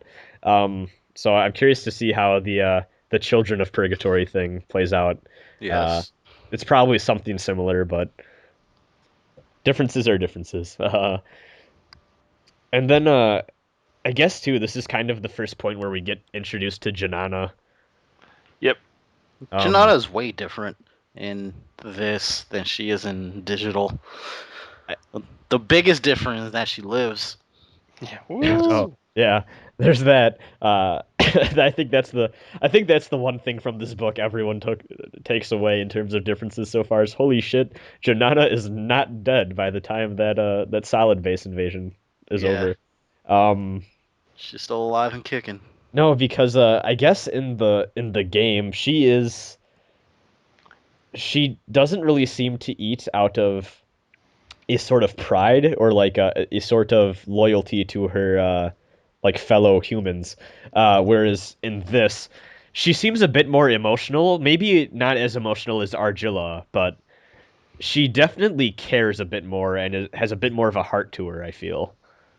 Well, her emotions have weakened at that point. I guess it's safe to say that everyone's emotions are awakening. Yeah, well, because I mean, she reveals herself in the temple as part of an emotional outburst itself. Yeah. Yes. Where she's like railing against Angel, like, listen here, like, you turn us back right now. First of all, how dare you? Second of all, I don't want any of this feeding bullshit going on. Angel's like, lol, sorry. Sorry, not sorry. Hashtag just Junkyard things. Yeah, no, and then like you have this thing with the Solids invasion where she has the means to save herself, but she gives it up to try to save her people. Yeah. And which basically, like, it does nothing to save them, and it just puts her in danger. Which Gale kind of calls her out on. Yeah. Much to Surf's, upsetness. Chagrin. Yeah. Yes. That I kind of think is funny too because I guess going into it, well, I guess actually we should go from there. We have the point where they go to meet with the Maribel, and actually, hold on, I'm just looking through here. If I recall correctly, it's our Argilla, Surf, and Heat go, and I think everyone else stays behind. With that, is it just those? Yeah, three? it's just the three of them go. And if I recall, they don't take any weapons. They take weapons with them, but they are disarmed when they actually meet with Janana, and then Surf points out afterwards, it's like, that taking our weapons away is like a meaningless gesture, right? Yes, that was what I was thinking of. Yeah. Yeah, that's it. And then we have the whole thing with Surf saying, Heat, I know you're really pissed off and want to eat people right now, but we're here to be nice, and eating people is not what you do when you want to make allies. Yes. And then he almost does it anyway, because, like, Heat's like, lol, chaos rules, lodge rules. Yeah. I love that. Surf's just kind of like, heat, you little stinker. What did I tell you about eating people? Sorry, sorry. Argilla has like a little water bottle and just squirts heat with it when he starts to act up. Oh man. No, but then from there, yeah, they kind of get to talking, and Janana and Surf kind of come to a thing where they do agree that they want to be allies, but if I recall, they have a trial by combat, and if I Yes. can't remember the exact details, but it was something like if Heat won, or if the Embryon's side won, then the Maribel would just kind of uh, go into the Embryon and have Surf call the shots and kind of be the head honcho. But if the Maribel side won, then the Embryon would just kind of go into the Maribel side of things and have Janana take control. Is that Well, so no, what it was if the Embryon won, then Janana would enter into the alliance with the Embryon, and if the Maribel won, basically Surf was either going to have to surrender, or like let himself get killed because he's like, look, like if you want, like I can let you die in battle, like you can take your own life if you prefer, but it's just like if you lose, we're taking over your tribe one way or the other. yeah. Yeah. So that's what I was thinking of, because I remember both of the outcomes were a combined tribe, but I didn't remember the exact. Yeah, and then but then they were like, because well, the law says that if we kill Surf, that you all have to join us, and then everyone's like, well, we're not going to do that. Yeah. And who's going to Like, stop screw you us? guys. And then Yeah. they're like, and then they stop and they're like, who is going to stop us? That's a good point. Yeah. That's yeah. So then I love how too there's like, okay, so you can go back and choose someone to fight from the Embryon. We'll give you like a couple days, and like Heat's Yeah, like, she's no. like, oh, I'll wait. It's cool. And he's like, it's all good. It's all good in the hood. And Heat just raises his hand from the back like, we're not going back. I came here to eat people and fuck up people's day. I am gonna do it one way or another. And then sure enough, you have Bat, who is another character from this series that I fucking love to hate because He's such a dick. what a He's joke. such a tool. He is such an asshole. And I love how he is still an asshole here. Nothing has changed. Bat remains as bad as ever. Yeah, he's still a dick, and they have a little trial by combat thing here, which I guess plays out differently than in the games. It's kind of Janana's One-on-one, giving yeah. tests, and Bat's just kind of like the end, the last person they fight in the test. Whereas this, it's a straight up duel between Heat and Bat, which was kind of interesting seeing the different. They kind of go into like the different Atma stuff now too, where they're like, oh, Bat can fly and Heat can't. That's a problem. And he's like, I don't care. Yeah, and then Heat still fucks up his day anyways. Yeah. It's like, I can burn holes in your wings. What now?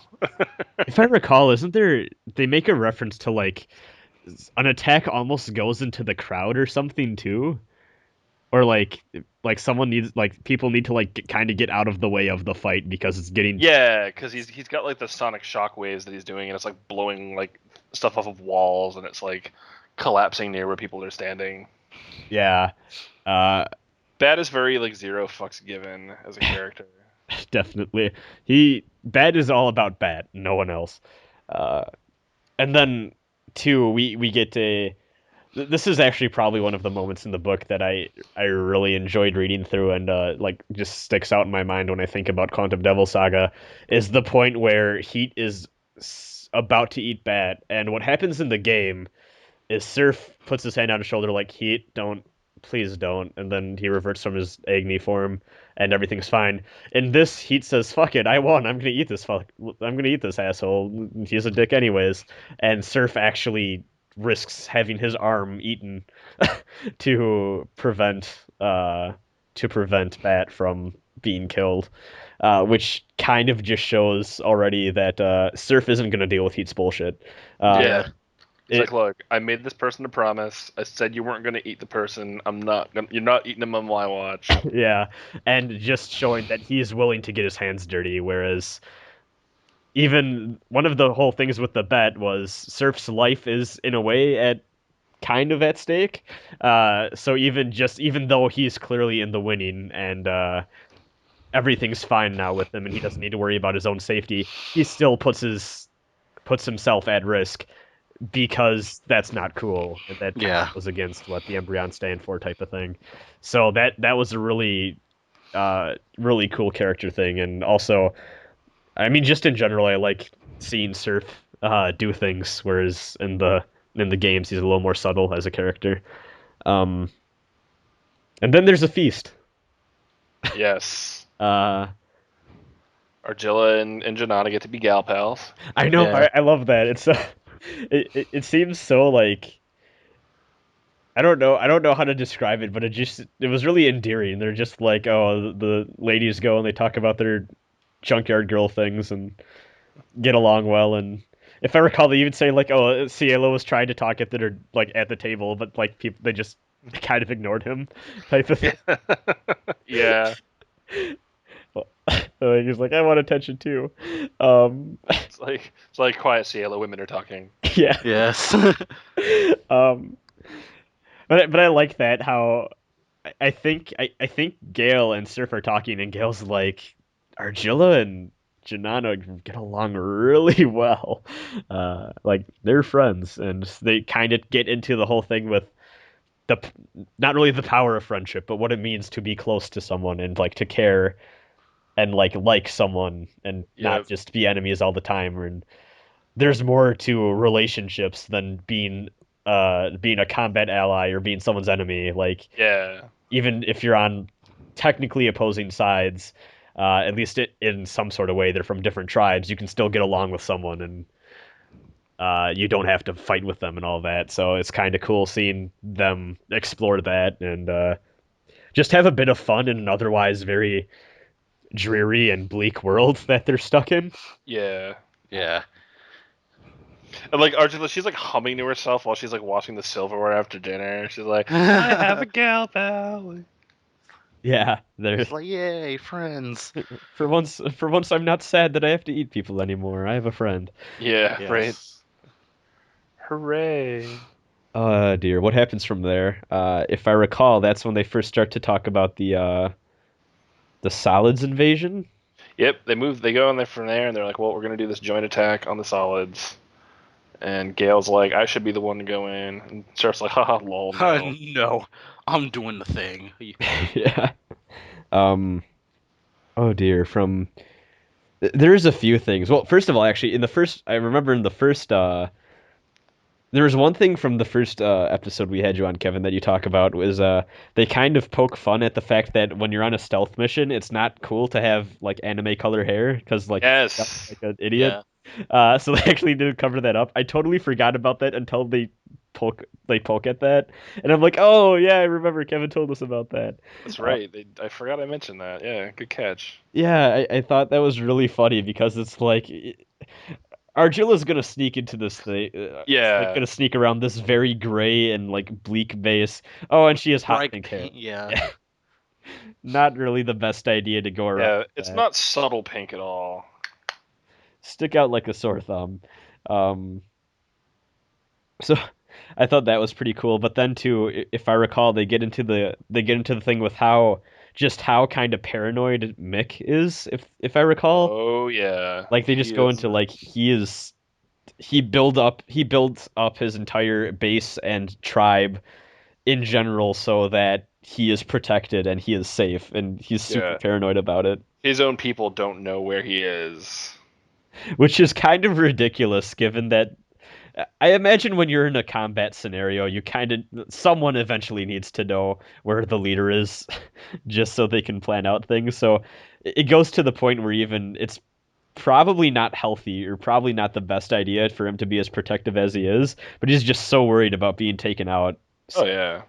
And I guess that kind he is a coward's coward. Yeah, and it kind of shows Yeah. too, just using those kind of scumbaggy tactics, how He's he more managed to be one Yeah. of the more powerful tribe leaders. he's more or less the same in the games. I mean, Yeah, like he does, like he eats his own people, like he does in the games. Yeah, he's kind It's of like, I was hungry. They weren't doing I'm anyone hungry good. and I want to eat. a Doesn't help that he's fat. yeah. Uh, oh dear. Actually, this invasion was one of the points where I noticed a thing too, where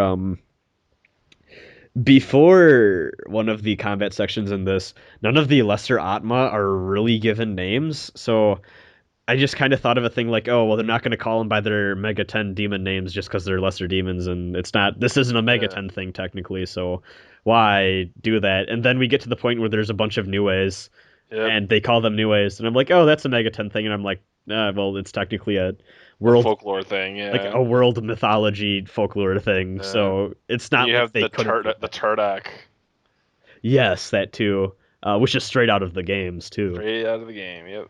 Uh, Which is funny because that was actually an enemy that I forgot about from the games, and like I forgot that Turdak was even there. He's actually kind of important now because he kind of he's one of the few pushes that Argilla gets to kind of accepting how messed up the Junkyard is and the Oh fact that yeah. she can eat people. Uh, It's and like then just tell us what we want, and I promise I won't kill you. And it's like, lol, I lied.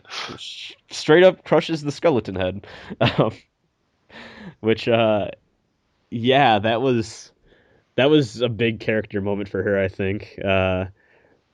She really went pretty hardcore there. She Um, went hardcore, went hard in the paint.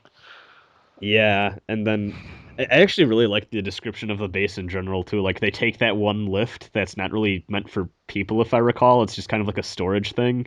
It's like a cargo loader. Yeah, and like they just kind of how like they sneak in and the way you go die describes like the base and all that. Just really interesting. Just this entire book has great world building. Like I love it so much. Just all the details in the setting are excellent. Um, in fact, one could say I guess the Junkyard is kind of a character itself, just with how it is. I guess from there we have the thing with Janana and Mick and Bat's betrayal. Yeah, fuck that. Yeah, that's terrible. Um, that was interesting because it's very, very similar to how uh excuse me. It's very similar to how the game plays out, other than you don't really see Bat during that part, you only see Mick. Bat's just kind of in the shadows, but here Bat straight out reveals that he betrayed everyone. It's like, oh, I betrayed everyone. Screw you guys. Uh, I'm with the Solids now. It's so great though too, because again, like this is like these people come from a culture where like breaking the rules wasn't even conceivable, and Now everybody's doing it. Straight out goes, like he straight out goes for like the worst thing you can do.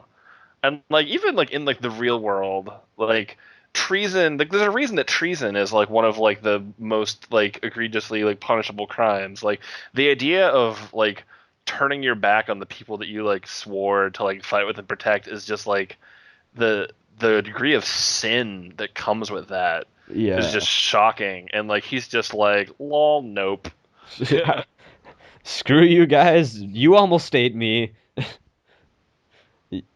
I'm out of this. I'm done. Actually, I think even before that, if I recall, there's a point where Bat's in kind of the he's kind of in like the medical bay, and Surf like kind of points out like, damn, Bat seems really pissed off. Yeah. Like really unhealthily pissed off about what just happened. So yeah, Bat's still a dick, just like in digital. And then I guess the Janana quote unquote boss fight happens, which Yep. interesting because they try to save her, whereas in the game it's like, well, she's bad now, so I guess we're gonna have to fight her. Here they very much so combine their powers to keep her safe until they can force blood into her.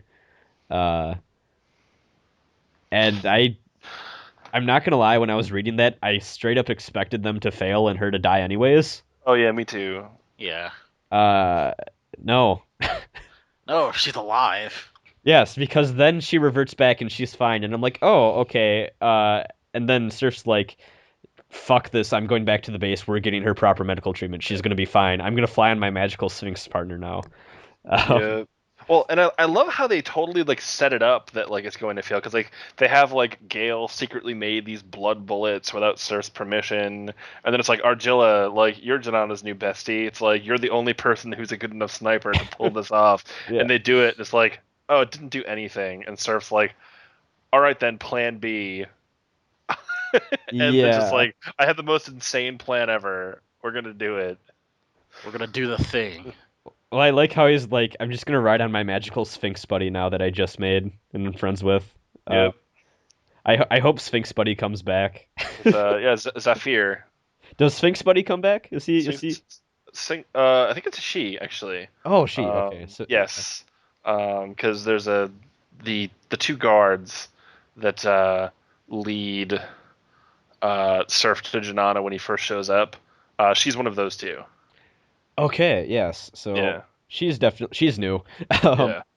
But I like how they team up and they're like, okay, we're going back to the base. No ifs, ands, or buts. We're gonna try our hardest to save her. And I was so expecting like them to get there and be like, oh no, she passed away on the way there, or like something. It's like, no, they get back and Yeah, they cut to her perspective. yeah, They have a perspective shift from Surf over to Janana. and she's fine, and that shocked me to no end. I was like, holy shit, Janana's still alive. She wakes up and the first thing she thinks is that she must be dead. Yeah. She's like, am I in heaven? Like, did I die? It's like, Argilla, does this mean you're dead too? It's like, oh no, you're just in the Embryon base.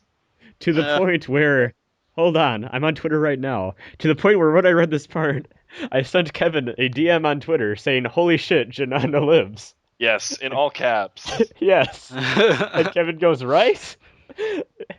Yes, July 25th. Yeah. Yep, that was... When I first read it, I kind of just freaked out, and I was like, ah! Yeah, that was... Because she's such a cool character, and like, especially in Quantum Devil Saga, I think she's really fascinating. I think her interplay with Surf is where you see a lot about what makes Surf a good leader. Mhm. And she's a rare creature in the Junkyard, in that she's one of the few people who still has a sense of honor and responsibility, and isn't immediately like, wait, I get free demon powers? Okay. Wait, I can do wrong shit and nobody's actually going to punish me for it? Yeah. Like, but she's just like, no, like we have to hold ourselves to a better standard than that. And in that way, like, she really does make like the perfect, ally leader pal to Surf. Yeah. And I thought too, I really thought part of the reason Janana, because even before all of that happens, Janana's around a lot more than she is in the game, and she very clearly is fleshed out a bit more. And what I was thinking was, oh, well, this will make her death more impactful to Surf and Argilla. Yeah. And, like, it'll be like, oh, so sad. And then I was expecting Argilla to kind of learn from that, like, okay, the world's messed up, and it's not safe to have this type of mentality that I can't eat people, or that I won't eat people because I'll end up like her and I'll end up going crazy and then dying for nothing. Right. But then no. In retrospect, that's almost like I kind of like that. But yeah, but then that doesn't happen, and Janana's fine, and it turns out that she's totally safe. And if I recall too, this is the point where they kind of have to spill the beans just a little bit more to her, like, hey, we have a thing that we have a thing. We have this girl. So you're probably wondering why you're not dead. Yeah. Let's explain why, because I'm sure that's going to be question number 2. Yeah. So, which actually is kind of cool too, because it does show that after all the shit they've been through, that the two tribes can at least trust each other to that extent now. Yeah, and they have to. It's like, well, look, like, we need to let you know what happened. We can't keep you in the dark about this. Yeah. Like, call each other allies. That's not cool.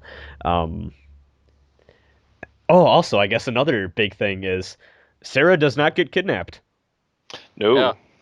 Cielo pulls it out like a true trooper to the point where he loses his arm. Yep, he loses an arm. Very Cielo Hardcore. itchy. Oh, that was rough. I actually reread that part because I'm like, wait, did they just say his wing fell off? Is like that's his arm, and then Yep.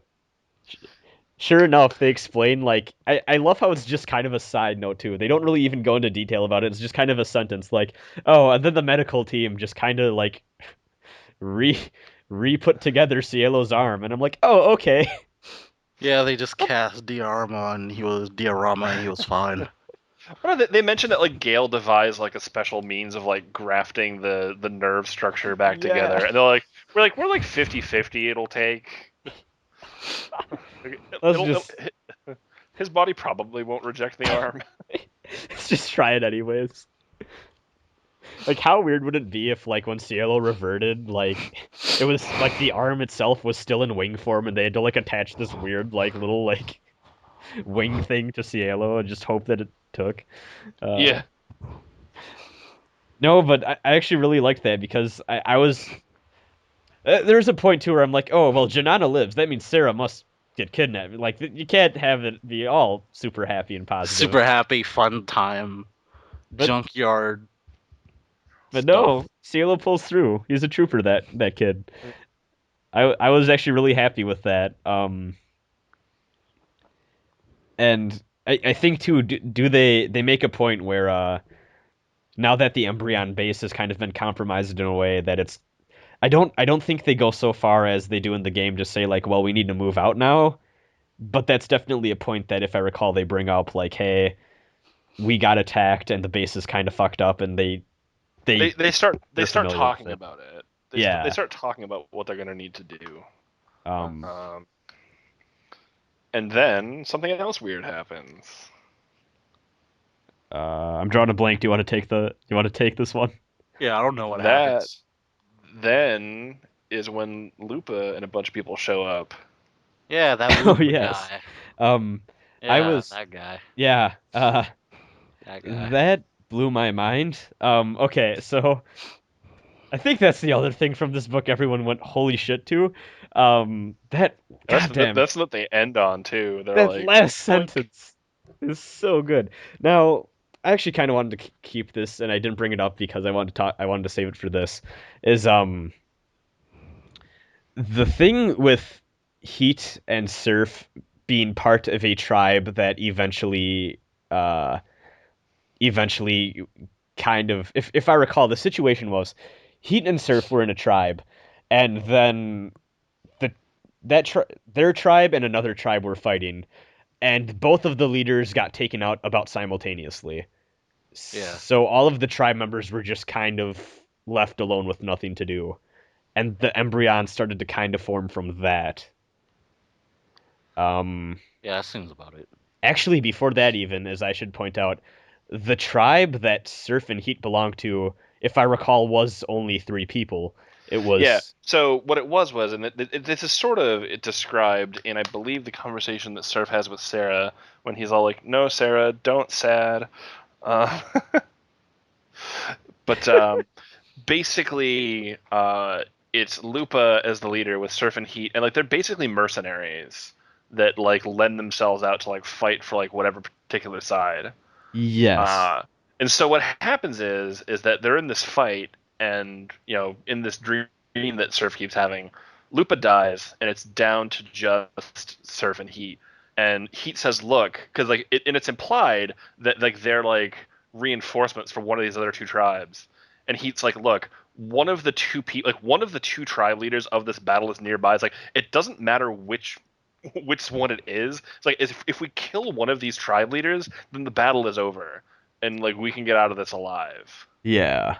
And then I think after that, that's kind of where Surf and Heat are kind of left with nothing else to do, and that's kind of where the Embryon starts to take shape a bit, and they form their own tribe in a way. Yes. And then I think they also make a point with that too, where actually this they talk about this earlier. I love the little detail that Godai throws in where she says Oh, well, the thing with the Embryon and how they roll is like there's the five core members, and they're always out, and they're always on the front lines, and they're doing all the heavy lifting, and the other guys are kind of sort of around. Yeah, the little guys are there every now and then. Because I love that. I'm like, well, that's how it is in the game. Like the main party does everything in terms of the fighting. So that was a fun little nod. No, I just love like the little stuff like that Yugodai throws in. It always is fascinating. Just like, oh, it's like that in the game too, and it's just seeing the little video gamey stuff. Like it's weird because as you pointed out, this is clearly not a video game novel in any real sense, but just kind No. of like the gamey aspects of the setting itself, and just how the world works, kind of in the book, are interesting to explore and look at. Um, Anyways, I guess getting back to the thing with Lupa, uh, yeah, I because throughout the flashbacks, I think it's important to note they never actually say that that is Lupa. Right. Yeah. What they do provide though is his physical description, and as I read the description during those flashbacks, I'm trying to think of Digital Devil Saga characters that match that. The only one I can think of is Lupa. You're like, but that I'm doesn't like- make any sense. But Yeah, that I'm like, doesn't make nah, any that can't sense. be. And then I remember the start of the book where Lupa is not the leader of the wolves, this Canis Folk guy is. Yes. And I was like, shit, that's probably Lupa. At And- first, I was like, did Lupa get a name change or something? Because the guy in the flashback can't be Lupa. I was And- thinking that too. I thought Canis Volk was just the original name of Lupa or something. Did not expect Lupa to be in the book at all. Yeah. And then it's like, shit, I think that's Lupa. And then sure enough, the final scene, it's It's Lupa. Lupa. And it's very telling. And like when you reread the scene, it suddenly makes a lot of sense. Where they were like, this one random Embryon dude comes up to Surf and he's like, "Hey, like these people showed up and Gale said that like we didn't need you, but like Heat was very insistent that Yes. somebody get you." And then like when they show up, like Gale's like, "Surf, you don't need to be here," and like Heat's like, "Shut up," and he's like, "Surf, look." Yeah. Look at this man. I love that because that's probably one of the most. I think that's really the only time in the book where Heat's like super shocked to the point like, holy Yeah. shit, what's going on? Like it was just really. That was really fun because he's just kind of in like a state of shock and like what the fuck in that whole part. And then Surf's like, Lupa? What are you doing here? You're dead. And then I kind of think I know because I guess not getting into spoilers with Quantum, but with Digital Devil Saga, I'm gonna be interesting to see how that plays out because I guess it's no real secret that reincarnation is a very large part of the series. Right. So I'm curious to see how that plays out, and because it's very clear that Lupa does not know. Yes. Does not remember Surf past recognizes life. Lupa. Lupa does not recognize Surf. Yes, Yeah. there is very clearly a disconnect there. So it is going to be interesting to see that dynamic. Like, are Surf and Heat gonna tell him that they know him and the history behind that, or are like, how's that gonna work out? Is he gonna remember over time? Is like, what's the deal here with the reincarnation? So I'm really curious to see how that goes in the future if we get our hands on the other books. That was the perfect note to end the book on, though. Like, Yeah. that last Although- line sends shivers down my Oh spine. yeah. Oh, It is dear. pretty cool, and I really like where they go with it. And at this point, like based on just where the first book ends, I think people are gonna be like, okay, well, now anything can happen. Yeah. Janana's alive. There's this weird thing with Lupa. Oh, Varen Omega has a new friend. Yeah. Mysterious. Almost forgot about that. Yeah. That was the only thing where I actually, after I read it, I messaged you on Skype, Kevin, and I was like, Yeah. is that someone from the game that I'm just totally drawing a blank on?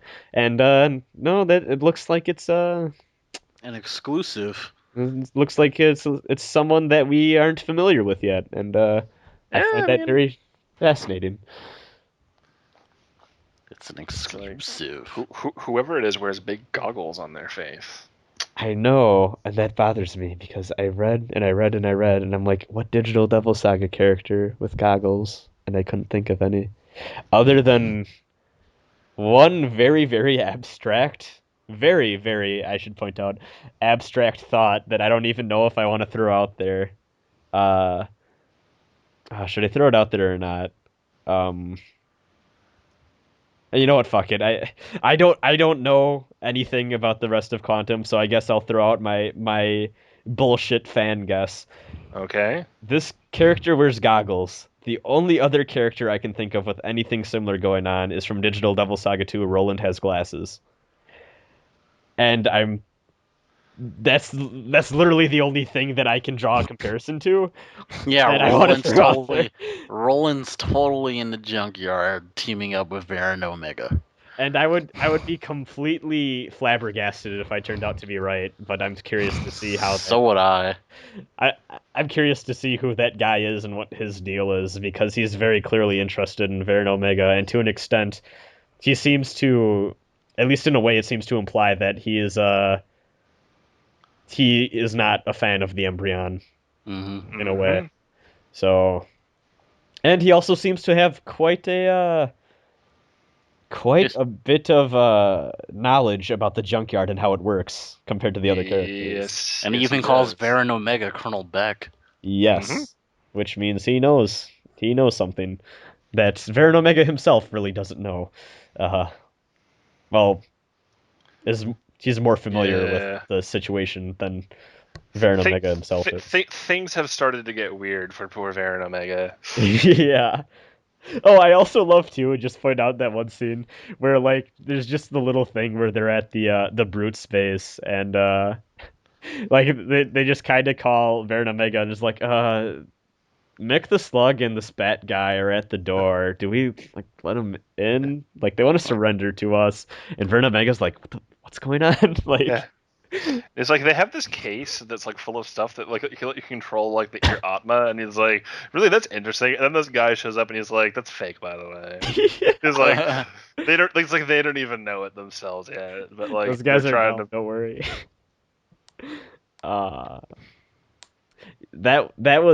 That was interesting. Yes, I enjoyed that.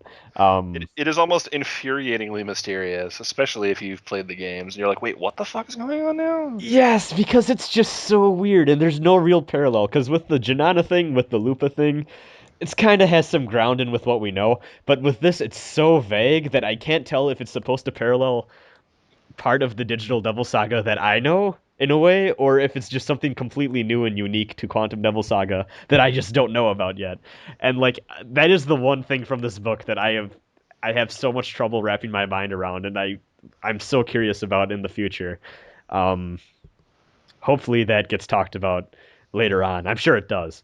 I'm sure that gets explored very heavily. Yeah, they actually never come back to that. It's like, wait, what happened to the guy who showed up and talked to Baron Omega? Never seen again. That would be the worst troll.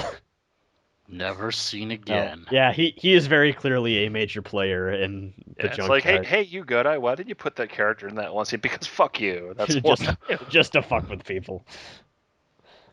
Man. I think we did it. Yeah. We did. We covered the whole book. Whole book. Did the thing. Overall thoughts. If you guys had to rate this book out of 10, what would you give it? 0 out of 10. It wasn't Call of Duty. Can I recuse myself? I do. Okay, well there we go. Well, I won't give it a numerical rating. I will say that it's not my favorite book in the series. Although it does have some of my favorite moments. I will say that I think it does a great job of introducing, frankly, a really weird world and a really weird premise in a way that makes it pretty accessible. Where in the game you start with weird mystery and then you get explanations, and in the book you start with a pretty good explanation of how things start out and then you build into a weird mystery. Weird mystery of something's not right. Yeah. Something's not right. Actually, Katsu, I need to think about how I want to word this. Katsu, do you want to give your overall opinion on the book? Yeah, sure. I like the book. I like Volume 1. It does a very good job of introducing the characters, the Junkyard, the rules of the world, the politics, the stuff with the church, and characters and their motivations, and it gives you a general idea of who these characters are, and also gives you a hint of what's to come later on, with like minor details to bigger things, like that guy appearing at the end and Lupa. So yeah, I really like it. I can't give it a. I don't think I could give it a real score until I've read the entirety of Quantum Devil Saga. It really is only part one of a book, or of Yeah, a story rather. and that's actually why I was. What I really wanted to say is I think the only real shortcomings I can ever really think of the book are just because it's the introduction of the story, and like this, it's not like it's the beginning part, so it's setting things up. So that's the only real problem I have with it at any point, and I can't even really blame it for that because it is just the beginning, so it's not like I should expect anything else. Um, just with little like I guess very minor pacing things with just getting everything going. There's a few times where I was kind of curious with just how the plot was laid out and how everything was kind of moving along, but other than that, I thought this is such a fantastic introduction, and even like we talked about, I love that kind of this is in a way Argilla's story. Um, and I really love that just because it that kind of works as a vehicle just to introduce uh the reader to the world and just kind of the Devil Saga experience, if you will. Um, and yeah, really, there wasn't really ever a point where I read the book and I'm like, I don't really like that. Like, there's the only real quote unquote problems I had was just like, oh, this seems kind of weird or feels a little odd. But I think that's just again because it's kind of the start. It's one part of a 5-part story. Yeah, and So specifically, it is part one of part one. Yeah. yes. So Um, it's 5 books, but the story is split into 3 parts. So yeah, just to explain what I mean by that, books 1 and 2 make up part one. Book 3 is part two, and books 4 and 5 are part three. okay, and I think a big part of it for me was even when I was reading it and like I would come across something like, I don't know if I care so much for that. I have a feeling that if I were to read volume 1 and volume 2 back to back, those problems would go away and I wouldn't have a problem with it, if that Yeah. makes sense. Like I think a big part of it is just I don't have volume 2 nearby that I can pick up and read, and like then the pacing and like all of the whole story comes together, and like the problems I had with the individual half kind of go away with the full picture being unveiled. So yeah, I loved the book. Like Okay. And I hopefully guess book 2 will be out at a point. hopefully. um, there's been nothing official yet, but I mean, I've got my fingers crossed as much as you guys do, I'm sure. Yeah. Yeah. um Definitely. It's yeah, like I guess overall, I guess I'll be the only one to give it like a numerical score. I thought just as an introduction, I gave this like a solid 9 out of 10, Nice. personally, just because it does such a great job of introducing you to the world, and I don't think I'll put it this way. I don't think there's any person who read this book that goes, I don't want to read volume 2. I think everyone who read this book from cover to cover is super invested and they're in for the long ride, you know? Like, Yeah, Yeah. you can't end it like that and then just have it be what it is. Like, yeah, it's, I, it just does such a great job of grabbing people, and I was very happy with how this turned out. I mean, when I was going into it, I was kind of worried, like, man, I mean, just like I've done like podcasts about this and like in a way like advertised this through my podcast like social media, and like I hyped myself up so much for it. I'm like, man, I hope I'm not overhyping it and it doesn't live up to my expectation. You know what I mean? And then thank you for hyping it. hey, no problem.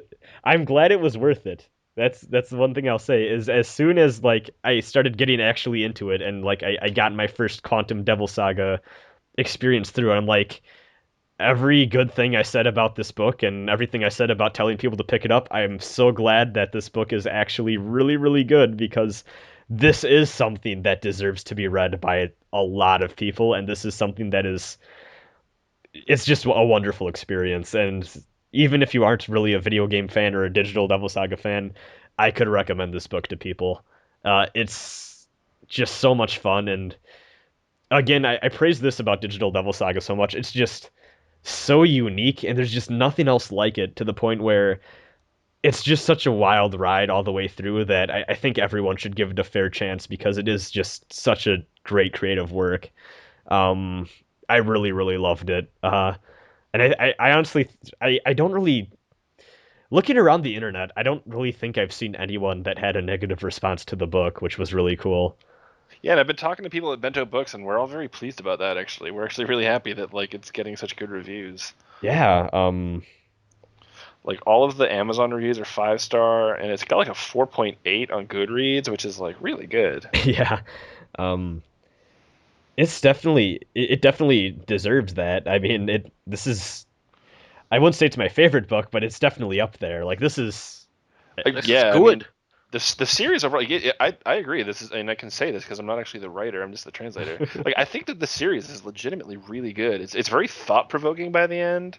I've learned a whole lot just through reading it, just by having to like look stuff up for like mythological context and all that. And um, it's mostly like just sort of like weird sci-fi Hindu references here in the first book, but like there's a lot from Hinduism, Buddhism, and more overtly later on, like Christianity and specifically Catholicism.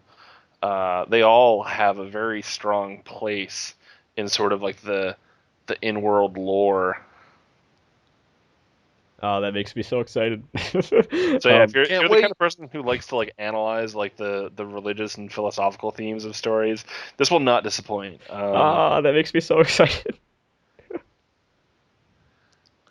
Oh man. Hype intensifies. I will say that let's see, uh, people's works to look into for like thematics that you would want to look to, like you know, Erwin Schrödinger, uh, Pierre Teilhard de Chardin, Soren Kierkegaard. You know, a lot of your big names are going to sort of have the sort of cosmic context for a lot of the overarching themes of the series.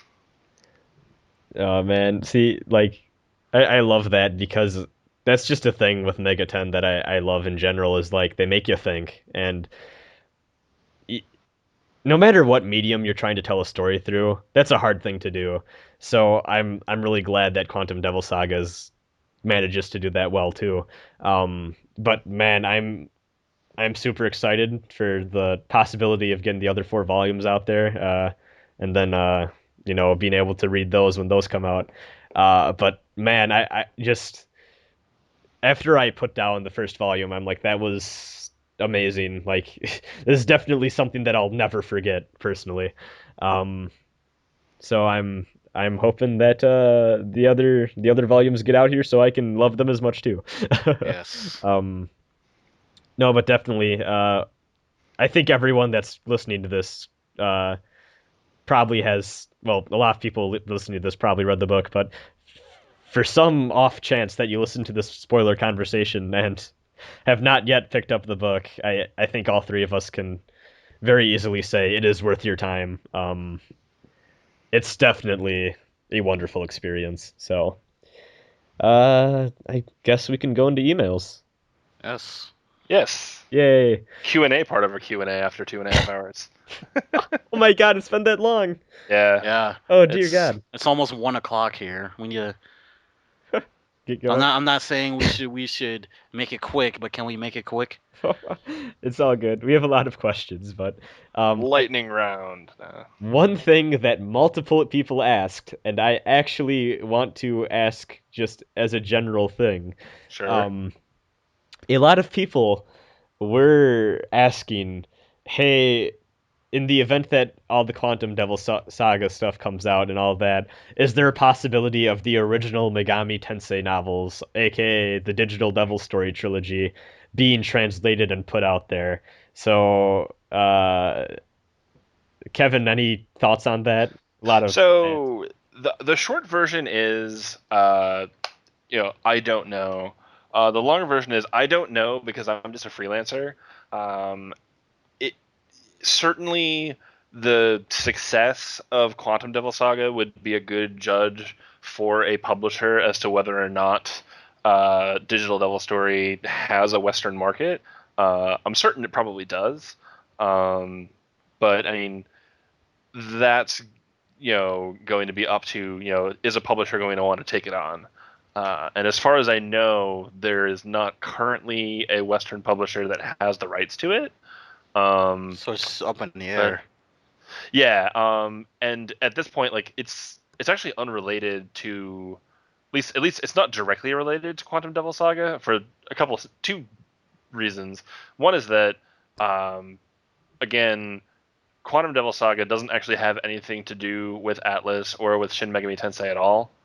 And also the publisher of Quantum Devil Saga in Japan and the publisher of the original Digital Devil Story books it's not the same publisher there either. So I mean, as far as will this lead to that? That's more just sort of like a conceptual question. Is like, okay, like, well, will this book selling well imply that there's a market for those other books? And the answer is like probably yes. I mean, probably this demonstrates that people will buy the books. But as for is there a publisher out there who's going to go out and get the rights and then translate the books and release it officially? I don't know. I mean, I not only do I don't know, I don't work for any company that like would be able to speak to that. So I mean, that's unfortunately my answer is kind of a non-answer. Yeah. But with an explanation of why it's a non-answer. Yeah. Well, I think that's an important thing for people that we get a lot of these questions in general whenever you're on, or like even I see them in the like YouTube comments whenever we post a thing or something. Kevin isn't the guy who decides what comes over and what doesn't. He just does the translation. Yeah. Like you're not pulling the strings, and Kevin is not the guy with the Quantum Devil Saga Volume 2 English Switch. If I had it, I'd be pressing it so hard right now. Exactly. So yeah, I think that was a sufficient answer. One thing I do want to kind of throw out here is I think there's more of a market for Quantum Devil Saga, or at least I think Quantum Devil Saga as a project is a lot less risky to bring over than Digital Devil Story, just because as someone who has read unofficial translation of Digital Devil Story, it's kind of more of a cult, like a cult hit type of thing. And how do I put this? I feel bad for saying this. Quantum Devil Saga, in terms of being a quality story, is a bit more up there than Digital Devil Story is. Digital Devil Story, in a way, is kind of like a B horror movie turned into a book, whereas Quantum Devil Saga is like a full-fledged story with a lot of depth to it that Digital Devil Story is kind of lacking. And Digital Devil Story is kind of an old book. It's like what, like 1987 or something? Yeah. But I just wanted to throw that out there because I almost worry if someone were to bring Digital Devil Story over, it would be a thing where people want it just because it's attached to the Megami Tensei franchise, and not really because of the merit of the story itself. And when they get their hands on the actual product, they're gonna be disappointed. Yeah. Even like I hear that, and I don't use this term derogatorily, or at least not outwardly derogatorily. I hear that it's basically like schlock, but like intentionally so. Like it's one of those things that like if you're into like super gory, like people who are into B movies, like you say. I haven't read it in either language, so I can't speak to the actual quality of the writing, but I hear that that's the sort of general idea behind it. Yeah, it's definitely very. It shares a lot of the concepts that would go on to create kind of the Shin Megami Tensei series and like the themes and stuff presented in that, but it's pretty campy in a sense. It's a very campy thing, and I I don't know how well it's gonna fare with a Western audience. So I I think if anything, and we had another person ask a question about this that I just kind of skipped over because I thought, well, more people asked about Digital Devil Story, but I'd get into it. Is I think if anything other than Quantum Devil Saga were to come over, it would be the other Megami Tensei branch, like the branded books. Like I think there's a few Persona ones and like a Yep. Nocturne one. I Yep, think. I know those Persona stuff, and yeah, and I think. Oh, sorry, go on. Oh, I was just gonna say I think those have more of a chance of coming over than Digital Devil Story, just because they're a little more Recent. that, and also they're just a little more accessible to. Yeah, I'd say they're probably more relevant to the Western Megaten fan base anyway. Yeah. Just from what I know. And again, I'm not saying anyone has plans for this, and if they do, they haven't told me. So, Yeah. legal disclaimer: Kevin Frane does not have any insider knowledge about anything that may or may not be going on at various publishers in the Western Hemisphere. Like, Covering all the bases. Okay. yep. But yeah, I really wouldn't hold your breath on Digital Devil Story, guys, and it's kind of a shame, but I really think that's a thing Yeah. that. Well, I mean, the first two are out there online anyway, like Yeah. unofficially, right? Mm-hmm. It's like go You take a know the look at them. translation's not that good. Oh, really? It's kind of dry. It's a little rough around the edges, but even if you can, I'd read those. And I hate to say it, but I think a lot of the people asking for like official translated like prints of those would maybe think twice after they read the fan translated version, just because they kind of get the deal with that a little bit more. But yeah, I wouldn't hold your breath, guys. Unfortunately, which kind of sad, but hey, sometimes that's just how it goes. Never know. At least we have stuff like Quantum Devil Saga, and to be honest, in a way, it's kind of a miracle that we just got Volume 1 to begin with. Like I don't think It's just really out there. I don't think anyone expected it to be brought over in any sort of sense, really. At least not at first. So it's actually really cool that we're just able to experience this. So, baby steps. Maybe it'll lead to something in the future, maybe not. We have yet to see, but I think the moral of the story at the end of the day, if you want to see a more feasible world where Western Megaten book releases are, I guess, more possible, support Quantum Devil Saga Volume 1. That's really all I can say. Tell people about it and buy it yourself if you haven't. Then you're still listening to this somehow. It all comes down to if the money's there or not. Yeah. I guess we can move on to the other questions now. So that was just something a lot of people asked about, and I wanted to get out of the way. But this first question's from Loto, and he says this is actually a pretty solid question. He says, Kevin, did you enjoy the process of translating Quantum Devil Saga? So, just overall fun time? I did, actually. It was actually a lot of fun. It was a really unique and interesting challenge. Like I said, I've been a professional translator for over a decade at this point, and there was nothing that I'd ever done that was quite like this, either in size or scope or scale. And it wasn't always easy, especially not at the beginning. And I say it was never easy, although there were certainly times where the process went more smoothly than others. But no, like overall, like it was very gratifying, and I found myself getting excited while working on it. Sort of like how you were talking about, like when you have like the whole like Janana sequence where they like go and like they're like, all right, we're gonna go save her. I was just like, oh my god, I'm like, is this happening? Is this real life? Is you go guy gonna troll me? Awesome. Uh, should we move on to the second question, or you got anything more to say about that? No, I mean, I think that covers it. Okay. Yes, 10 out of 10 would translate again. There you go.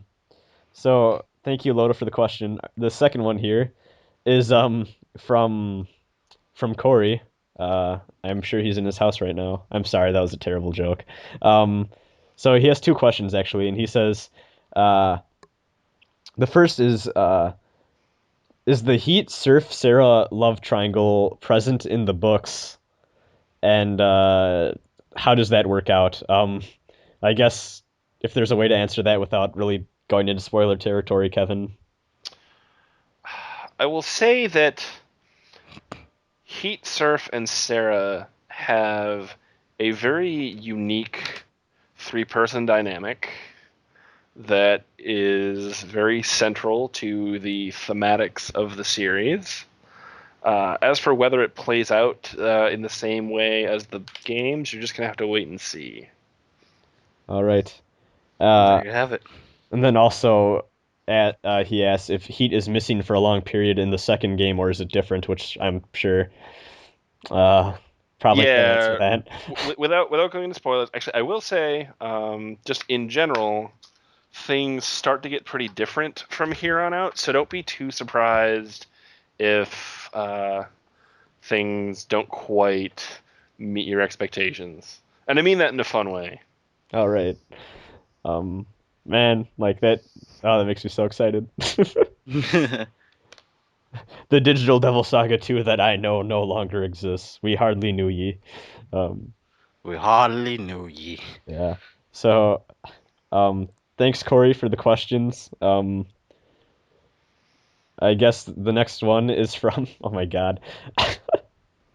I forgot about this email. So, this question is from Based Yahweh, and Oh, thank you, Base Yahweh. Thank you, Based Yahweh. And he would like to know, Kevin, if you became a Birdman, would you change your name to Kevin Crane?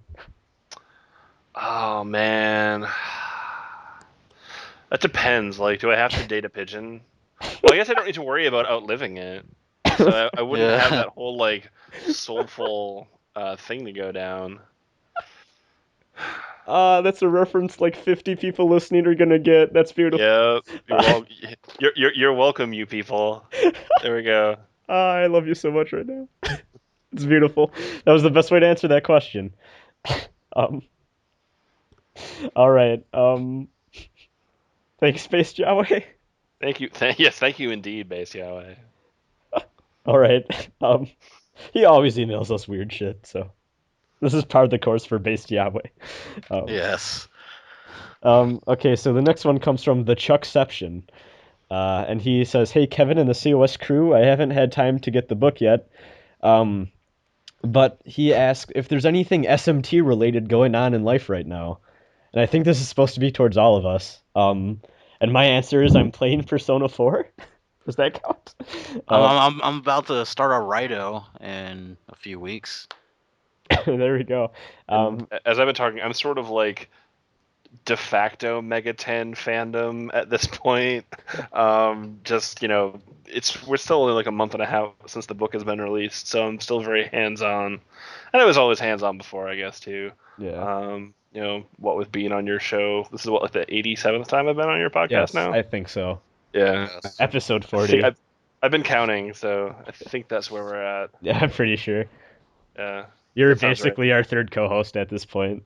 There you go. I think even someone posted a comment on one of the videos that you are now our Sparky, who is a person that used to be on the show a lot but is now busy, unfortunately, so he can't do it as often. So yes, Kevin, you are our new third co-host, unofficially. No, but yeah, I guess I'm happy that you're just able to kind of get involved in the fan base as you have been, just because, like, other than... This is going to sound weird because technically, and this is funny because we associate Quantum Devil Saga so much with Mega 10, but as we've pointed out so many times, it's really not Mega 10 in a way. Yeah, but it also is. Yeah. And, like, certainly the people who are going to want to be reading this are people who are in the Mega 10 fandom. You can't deny there's a lot of overlay. Like, it'd be ignorant to say otherwise. So, like, it's just kind of funny how that all works out. And then, two, I think a big part of it, too, is... You're kind of to a point. You're a guy that works on an official Mega 10 thing, and you're talking with people, and that's kind of something this fan base doesn't really have, other than John Harden, who's on Twitter every now and then, but but he's more into like the Persona side of things, and it's not like we can talk to Atlus Japan because Yeah. language barrier, and I don't believe most of those guys have Twitters except for Kaneko, but he's never on. Yeah. Yeah. Yeah, like what I was gonna say with John Harden too is he's on and he's around and he always like messes around with the fans and stuff and like he's really cool and all that, but other than him and now you, like there's not really that connection there between the people that work on the stuff and like the fan base. So kind of to see that link develop and all that is pretty cool. And yeah, it's been a lot of fun just kind of seeing the Quantum Devil Saga hype in like the The past hype is real. yeah, like the past year or two, just kind of or like like about a year and a half now, just kind of completely explode and go nuts. It's been a lot of fun. You cannot escape your hunger. Yeah, Yes. even as just a guy with a podcast, it's really cool to like see people like, oh hey, I didn't know this was a thing, and then I listened to your podcast and it's a thing, and I'm like, I know, go buy 3 copies, and like, just Buy all like the copies. I know, uh, it's really fun just to see all the stuff like that come up and people get excited for it. So, but yeah, Kevin, I think it's safe to say you are, whether you like it or not, you're in the Megaton fan base for the long run, my friend. There we Yes. go. Katsu and I dragged you in. We're not letting you out. I'm not letting you go that easily. No, but I mean, even would you say there's any other like fan bases just even prior to this that you got really involved in that when you were working on a thing or Uh, hmm. Not for like a pre-existing IP like this, because previously most of my work was done in-house. Like I mentioned, I used to work at Sega, um, but just like as a producer. So like those games were gonna go sell themselves anyway, and I didn't need to get all hands on with them. A book like this is a different story. yeah. So yeah, I guess that's SMT related going on in our lives right now. Hopefully you didn't like mean to ask if like we were like trying to like get into a war with our friends or anything, because that's just weird, or Uh, like surviving demon apocalypse type of thing. So, but no, that's SMT related stuff in our life. So thanks, Chuckception. I guess our next email is from Alex, and he says, or actually, hold on, fuck. This guy wants to be called Al, so never mind. I'm going to restart that email. Yeah. So the next question is from Al, and he says he's a busy guy and unfortunately don't he doesn't always have the time to sit down and read. Is there going to be an audiobook available for Quantum Devil Saga at some point? Ooh.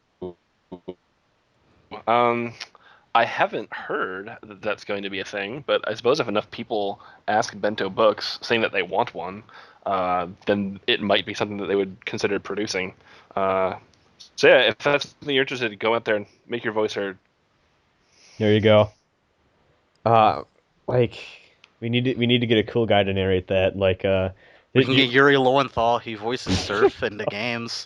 I was thinking like did you guys ever see? I can't remember like some rapper like recorded an audiobook for like a Dungeons and Dragons novel or something.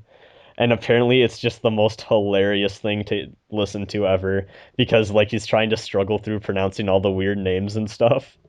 Like That's Okay, amazing. I need to try this now. My hip hop struggle is real. Uh, oh man. Um let's see. I guess that answers that. Thanks Al for the question. It's actually a good question. It is a good question. Yeah, I never even thought like I never even thought about an audiobook version. Like never came to my mind. So yeah, this next one is from Sonia, and she says, "Hey guys, Sonya. Damn it, you beat me to it. were all three of us thinking about Mortal Kombat? Okay, Yeah, we were. I Sorry, was Sonia. Sonia. I'm sure she gets that all the time. I'm so sorry, Sonia. Yeah. Anyways, she wants to say that your podcasts are great and stuff. Thanks, Sonia. Um, Anyway, I have some questions for Mr. Kevin. Mr. Kevin. Mr. Kevin. Calm down, Harley Quinn. Yes. Um, okay, one. Aside from Digital Devil Saga, have you played other Megaton games before or after translating Quantum Devil Saga? Now, you kind of got into this, but if you want to... Not since translating it. I did play Persona 3 FES. I didn't quite finish it. I need to go back.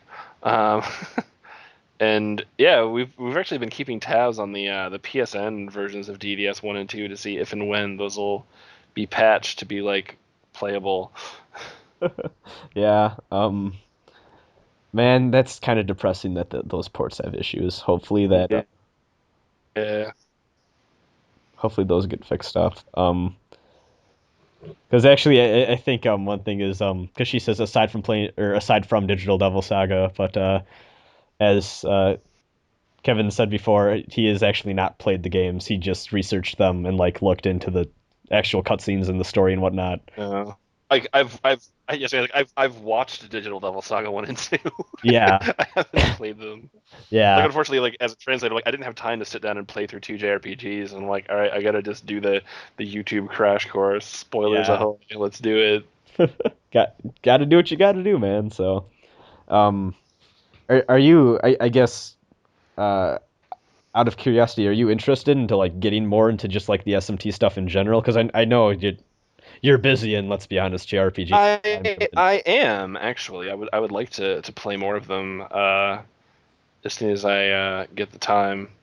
And I know sort of like the cool thing to do, like, or not the cool thing, but I know there's like a whole big contingent where everyone's like, oh man, you gotta like go like old school obscure and go with the 2 Persona 2 games, and then like everyone's like Nocturne or GTFO, and then like so yeah. I mean I don't know. I think at the end of the day, games are supposed to be fun and not things that you like kill and eat your friends over. Yeah, I was about to say you discovered the magical side of the SMT fan base that we don't like to talk about. Yeah. Yeah. Yeah, it's definitely people are crazy. But yeah, gotta love that SMT. Yeah. So I guess second question. What kind of stuff do you translate as a freelancer, and how does your schedule usually look when you're in the middle of translating something? Oh, that's a great question. So this has changed a little bit, obviously, in the last year or so. But the bulk of my freelance translation work has been in video games, because that's where my big professional background is in. Cause is also in video games. So I've done a lot of that. And sometimes I do an entire game by myself. Sometimes I just take part of one, and like a bunch of other people do other parts of it. So I mean that's there's a lot of different ways that can go, and that's still like the bulk of what I've been doing. I've had a couple of video game projects earlier this year that sort of happened after I was done translating Quantum Devil Saga, but before it came out. So that's still a thing that I do. And like by far the most frequent thing. And I've done occasional other things. Like I've done a lot of academic translation. I've done like things like sometimes I'll just be like, hey, we have like press releases for like media that need to be translated. I've done those. That's less glamorous, but I guess somebody has to do it at some point. As for my schedule, it really depends on the size of the project and the timeline of it.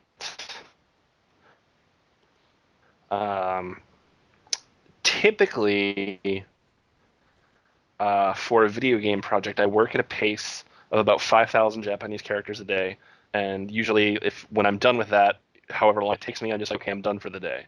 And sometimes you'll come across a batch of text that just goes remarkably quickly, and it's like, oh hey, now I have basically like a free afternoon after lunch. I don't have to worry about work anymore. And then sometimes it's like, well, it's 10 o'clock at night and I'm still working. So that can be trickier to pull out. And like typically the amount that I would try to translate in a day works out to like about a work day. Since I don't have an office, I get to keep my own hours. if you're curious, I like wake up at like 10 o'clock usually in the morning, and then like do my personal stuff for the morning, like get caught up on the internet and email and like stuff around the house. Then I go and do lunch, and then I mostly work like between lunch and dinner. And if it's a really large project, something like Quantum Devil Saga Volume 1, I also then, since I'm kind of a night owl, after like my evening stuff is done, I'll get a couple more hours in at work, like sort of between like 10 at night and like midnight or 1 in the morning. And then if you're free, then you might like bullshit live stream video games until like 4 in the morning, like Shovel Knight with exactly. me. Yeah, that. All while getting sanctioned beverages. Yeah. Fun times. No, that's it's actually it's interesting to like hear stuff like that. Just kind of keeping like a method to the madness, if you will. But I'm sure you must enjoy the perks of the flexibility to that a little bit, right? That must be. Yeah, there's pros and cons. Like there's the fact that it's like, oh yeah, like I don't have a commute. I don't have to like worry about when I need to be in the office, and nobody can yell at me for goofing off on my computer while I'm supposed to be working. But at the same time, it's like, well, like I have to buy my own insurance. Yeah. And also, if nobody needs anything translated, I don't make money. It's a big problem too. Yeah. So. It's a massive problem. Yeah. Well, hopefully everything works out and things are needed to be translated forever. I was gonna say, hopefully at least 4 more Quantum Devil Saga books. Am I right? Yeah. Yeah.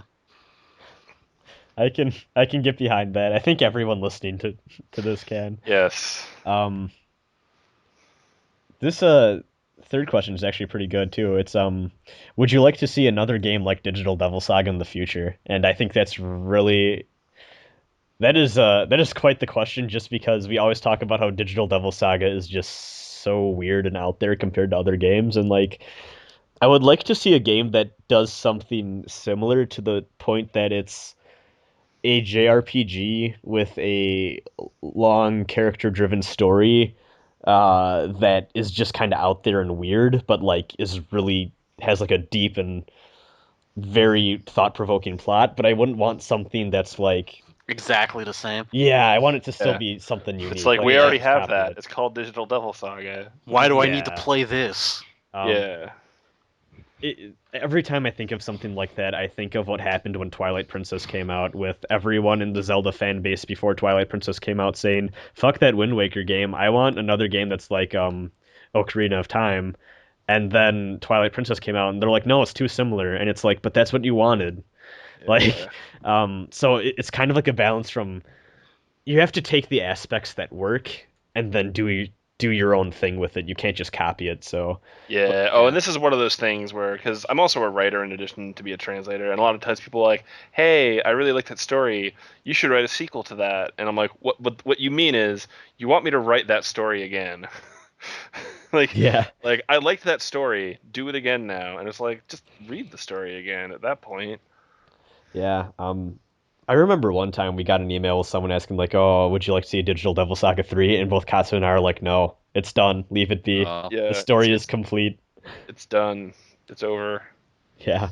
And then I guess those were all the questions Sonia had. So thank you, Sonia, for emailing. Sorry that we called you a Mortal Kombat character and went for the obvious joke. This next email is from Samael. And he says, Dear COS and Kevin, what were your reactions to the ending of QDS Volume 1, and what were some of your favorite parts in the book? I think we kind of covered our thoughts about the ending, but favorite parts of the book. My favorite parts was the New Way scene, just how gory it was. Definitely stands out. A lot of people mention the New Way scene. That's a popular choice, I think. Yes. For me, it's a tie between the fight with Harley and just how fucked up and weird that is, and the second being Surf flying on the Sphinx to save Janana, just because of how badass and like out of nowhere that is. Really loved that. For me, let's see. Probably my favorite scene in the book is Surf and Sarah on the roof, having their little conversation about like the world and Nirvana and quoting Faust and crying. Like Surf crying for the first time and just being like, "Why is water coming out of my face? I don't understand." I do not comprehend. Yes, I do not comprehend. That's probably my favorite individual scene. I just really like how it plays out. It's very evocative. And like Surf and Sarah are such great characters. It's very heartwarming. It is very heartwarming. And like again, like there are a lot of other great scenes. Like I mentioned earlier, I love like the two big conversations that Surf has with Gale about coming to terms with doing what you need to do and finding the emotional context for what you think is right. And this is one I think that even I overlook a lot, but whenever I go back and think about it, it stands out in my mind. It's when Surf meets Janana like face to face for the first time in her personal room, and he sort of confronts her, and she's like, "You've been saying that you just want to talk, that you don't want to fight us." It's like, I've been waiting this entire time for the other shoe to drop, and it hasn't come yet. And I've realized now that like you are serious, you really do want to talk, and now I'm scared and confused. And he's like trying to explain what trust is, and she's like she doesn't quite get it. She's like, "I don't think I know what you mean," or like I don't know this word, but I think I like it. And like that really just sort of, it's a great establishing scene for Janana. Yeah. Yeah. So yeah, I think that answers that. Thank you, Samail, for sending the question. This one's from Amanda. She says, "Hi everyone, Kevin, you did an awesome job with the translation. Thank you. I pretty much devoured Quantum Devil Saga." Hey, I see what you did there. The instant I got it. Oh, she even points out, "Pun very much intended." Awesome. And loved it. Just don't rend it, and probably don't slaughter it. I don't know how you would slaughter a book, but don't. It doesn't sound like it'd be very clean. And then she says, "It's one of the most enjoyable books I've read this year, and I'm crossing my fingers that we get the 4 remaining books. You and all of us." I was gonna say, me too. Yeah. I had a few questions about the translation process, if that's Sure. okay. I was wondering, what materials were you given / had access to? That's the first. Oh, okay. That's a good question, actually. I had a physical copy of the book, and I had like a digital version that I also was given, and then I had like some style guides for like the PS2 era Megaten stuff. Mm-hmm. And 99% of what I did was just me holding a copy of the Japanese version of Quantum Devil Saga Volume 1 and just translating it by hand. That wound up being the simplest way for me to do it. You would think that having a digital version to consult would have been more helpful, but just like the work process that I got into, it was easier for me to look back and forth between my monitor and a book than it was for me to keep switching between a window I was typing in and a window I was reading in. Also, it was easier to keep my place with a physical book. As a comp sci guy, I totally understand that. Yeah. Thank you. I'm glad I'm not the only one. Yeah. That's a thing that irks me sometimes, the window switching. Especially when you're in that workflow mindset. Yeah, exactly. Does that cover it? Should I move on? Yeah, for materials, yeah, that was basically it. It was like, well, here's the book. Make it into English. All right. Do the translating magic. Yep. Decipher the moon runes. And then well, I guess she kind of like goes further. Like, did you get any of the author's original notes or research materials? I did not, and I would love to have them now. I actually never actually got to talk to you, Godai, until the book had come out. Well, that's the next question, actually. So you're ahead of the Oh, really? game. Yeah. Okay. So why not just segue into that? Because well, I guess I kind of know how this went, but tell our audience. I've actually talked to you Godai a couple of times, just actually over on Twitter. and I'd say, hey, you can read our conversations, but they're all in Japanese. But no, it was funny because she actually read the English version, and she said that she really liked it, which was very flattering. Possibly one of the best comments I could get from the original author on the translation was she says that she was very pleased with. She said, I thought I kept the characters' personalities intact, which that's a phenomenal compliment as a translator. That that she thinks I kept the spirit of her characters alive. We've had a few interesting conversations. There was the one we mentioned earlier about confirming that yes, Gale originally was not intended to be part of the story, but now he is. What else? She seems to be a big fan of Cielo. She was she was really pleased with the whole buddy thing. She's like, oh god, like Cielo's super cute in English. She's like, there's a lot of people in Japan who are they really like Cielo for being like a super cute character, and I think Cielo's kind of like in the West he's kind of a love him or hate him character. Yeah. Like either you can get behind what he's about, or you're like, oh god, he's like. At least one person who I will leave them nameless. Referred to Cielo as the Jar Jar Binks of Avatar Tuner, which I don't think is fair. I like Cielo. I like Cielo too. I do Cielo too. has some good character development that comes later on. He has to start young and naive if his character journey is going to mean anything. Yeah. So yeah. No, I like Cielo. I think he's a cool guy. Actually, I do remember because if I recall, the first time that you and Yugodai talked on Twitter or whatever, you messaged me like, "Holy shit, Yugodai got in contact with me." I'm like, "Holy shit, that's so cool." Because I had just been talking literally like a day or two before about how I've never actually gotten to talk to Yugodai about any of this, and actually one of the more interesting things that this might actually be of interest to your listeners is, and this might be something to read while you're waiting for possibly more Quantum Devil Saga books. Fingers crossed. There's a book called 10 Billion Days and 100 Billion Nights. It's available in English. The author is Ryu Mitsuse, Mitsuse. And this story is actually like the big inspiration for Yu Godai to write Avatar Tuner. Just like she said the questions that the ending of this story raised. It was like she said that it was her pursuit for answers that eventually wound up with her writing these books 30 years later. Wow.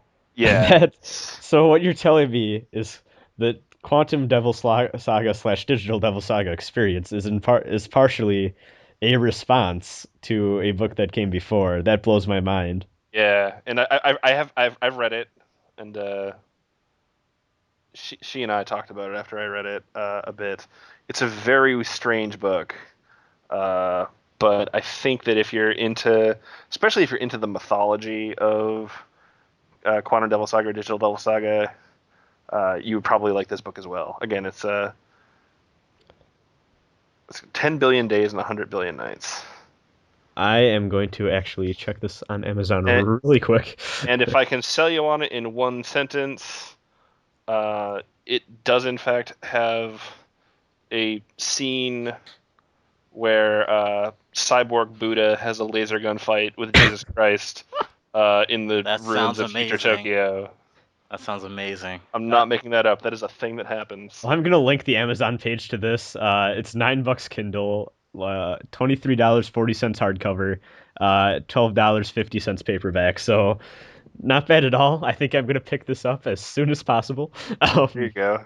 So that's definitely on my reading list now. It is a weird little book, but it's I thought it was fun. I liked it a lot. Oh my.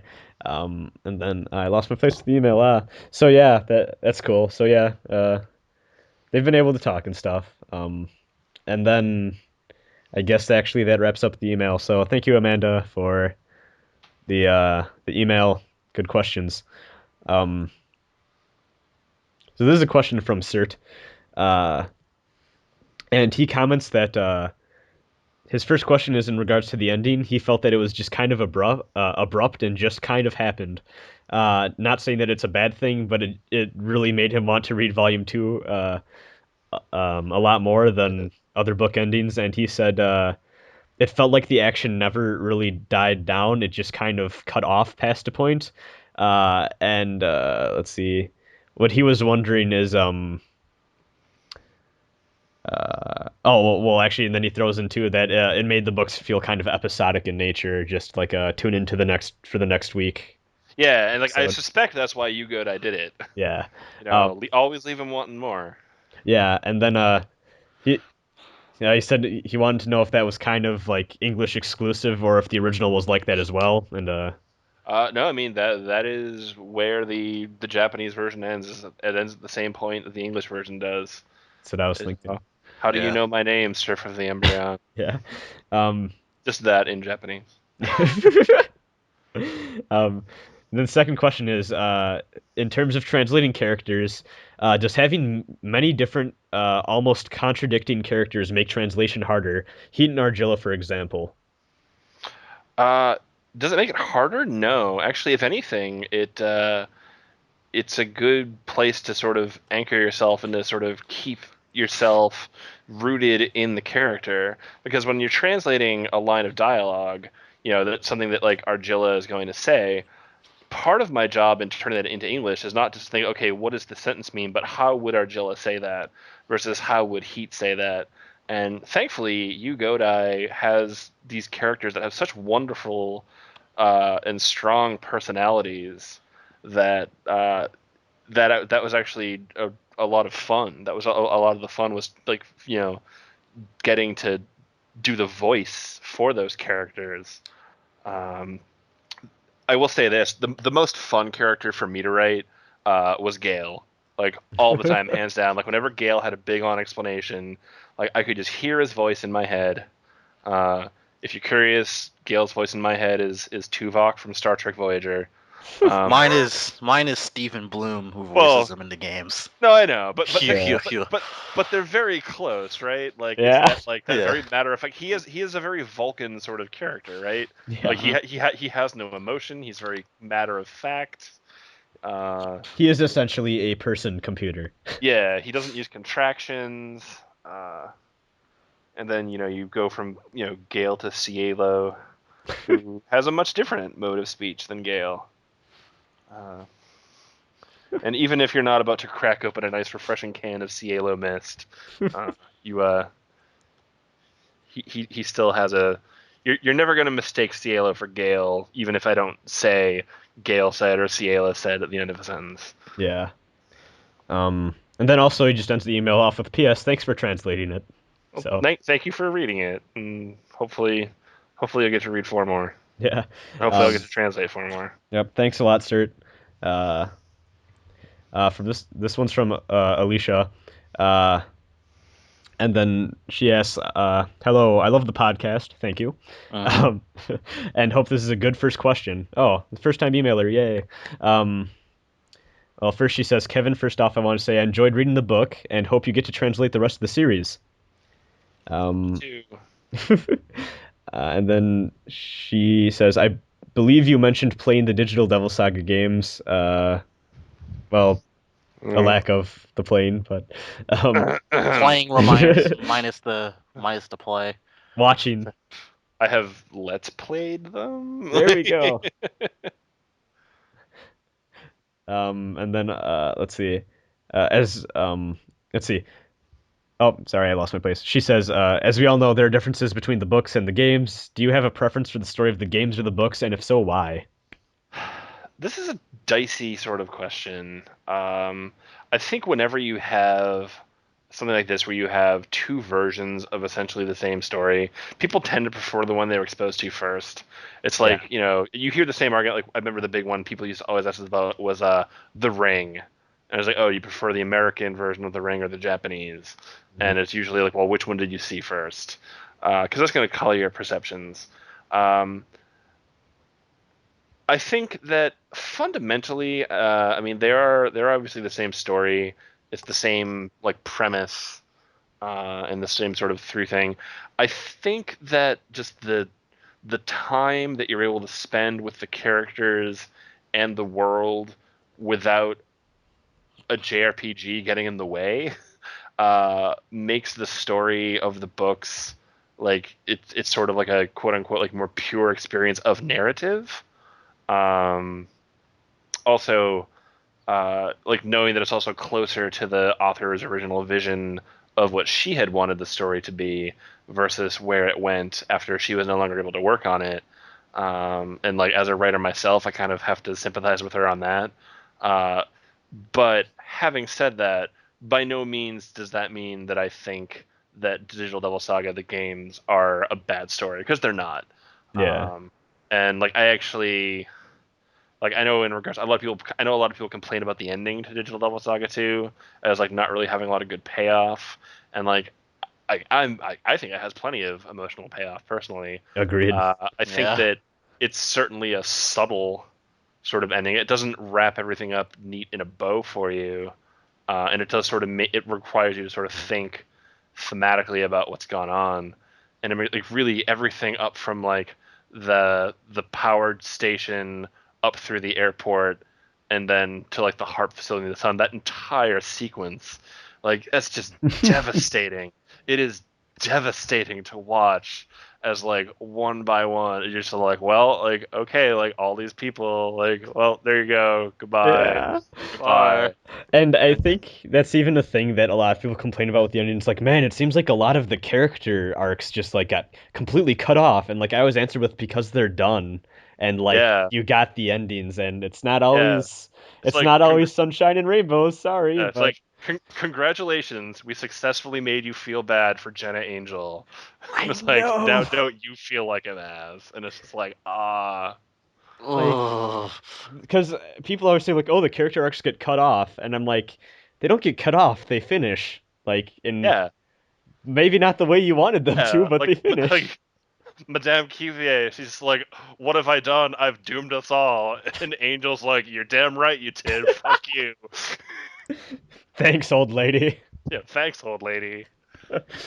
Uh, um, I guess Katsu and I can't even begin to answer that because we've only had the first 1/5 of the Quantum Devil Saga experience. So, uh, oh, okay, this is fun. And then she has a random question for everyone. If you had to have one of the characters as a roommate, who would you choose and why? Probably have Siero. Why? Hmm. Probably because he'd be cool to hang out with and fun, and yeah. I think I'd go with Surf just because I like his level-headedness, and I feel like after he got more used to the real world part, I think he'd be a cool guy to like a reliable, loyal friend to have around. But my second would probably be Cielo. As much as I love Gale, I don't know if I'd want to be his roommate. Yeah. Yeah, I don't need Gale like bitching at like me leaving the dishes out overnight. It's like allowing bacteria to grow overnight results in 12.8% reduction in efficiency in cleaning the mat. It's like, oh my god, shut up, Gale! I just want my coffee. That's what I was thinking. That's what I was thinking. You left this food in the refrigerator, not perfectly centered with the fans, and it might get cold. And it's like, Gale, I don't need it exactly cold. And it's like, I do not comprehend. You want your food cold, and just like every little thing. Every little thing. Oh man. Let me think. At first, I was going to ask, does it have to be from Volume 1? But I realized that my answer probably comes from Volume 1 anyway. You know, I'm going to have to echo what you said about Surf, and for the same reasons. Like, he's a really down-to-earth guy, which I suppose in some senses is ironic. But no, yeah, because he's got, you know, he's understanding, he's personable, he's certainly very loyal. But he can enjoy a good joke. He can crack a smile. He's not a creepy, glassy-eyed mute. Yeah. He won't kill you like Heat probably will eventually. He's like, what? I got hungry. I just ate your leg. It'll grow back. It's Deal like, with it. Legs don't work like that, Heat. It's like, oh. Too late now. Too late now. And then she just says, "Thanks and keep up the awesome podcast. We will indeed." Um, so yeah, thanks for that. And now moving on to next email. We're reaching the end here. Well, towards the end. Hold on. We have 3 more after this. Okay. Okay. I'm dying here, but I'll try to hang on. So this is from Holden Katsu. We gotta believe. The Sphinx is almost there, Katsu. Yes, the Sphinx is almost there. So Just hang on, Katsu. We'll get you to Sarah. So this is from MB. And she says, "Hey everyone, first off, I want to thank Bento Books and Kevin for bringing over and translating Quantum Devil Saga." Hey, you're welcome. And I'm sure Bento Books is grateful too. Yeah. Then it's the first book I was able to actually finish all year, and I enjoyed it very much. I have some questions for Kevin and for you guys at Cathedral of Shadows. First one is, would you guys be willing to be infected with the demon virus and become cannibals if it meant you could be really strong and turn into demons? I don't know. I'm gonna go with straight up no, because If I had to I don't wanna choose, eat it'd be people. no. If I had no choice and I was like, if it was against my will and I was forced to do it, then if it's to survive, then yeah, I do the rending and slaughtering and devouring. But if I had to choose, hell no. Yeah. Yeah, I'm gonna go with no. It seems like a bum deal. And even like in the terms in the universe that it's couched in, it's just like, hey, like what happens when you die? It's like, well, then what happens when you die is that we erase all your karma. So basically, everything you did was for nothing. And yeah, and like yeah, the people in the junkyard, they're stuck in like a rigged game. And yeah, and then on top of that, now you have to eat people. I'm gonna say no. Yeah, it's not great. Yeah. So one thing that actually I kind of wanted to I plan on reviewing Digital Devil Saga 1, 2, and actually I beat Nocturne over the summer too, so I want to review that. It's just a matter of planning out my thoughts and making those videos not shit because I want those to be good. Um, but one thing I kind of wanted to talk about in those reviews that I think I can talk about a little bit here is Nocturne, Digital Devil Saga, and Digital Devil Saga 2 make this really sort of fucked up humanity trilogy of SMT, Yeah. which is funny because they all came out at like, back to back. You went from Nocturne to DDS to DDS2. One thing I find really interesting is you go from Nocturne, which it gives you the question in a world where everything goes to shit and humanity kind of assholes that are somewhat responsible, is it worth it to give up humanity for the sake of power and becoming something more? Is it worth it to throw your humanity away and move on past that? Or is humanity something that is so sacred that you should keep it even if it means you can't really... Is it worth being human because it's the right thing, but by that note, because you're human, you have limitations, and you can't do everything you really want to, and you can't really change the world like some sort of supernatural entity would? Or is it worth it to throw it all away and to cast out humanity for the sake of changing the status quo? And Nocturne kind of, in a way, leans towards humanity isn't that great and being more than human is the right answer. And I think Digital Devil Saga kind of makes it a point of saying, no, humanity is something to be treasured, and the fact that you're something different than that and you kind of have become a sort of freak of nature, even if you are powerful, that's not a good thing. Yeah. Um, They teach you different things. Yeah.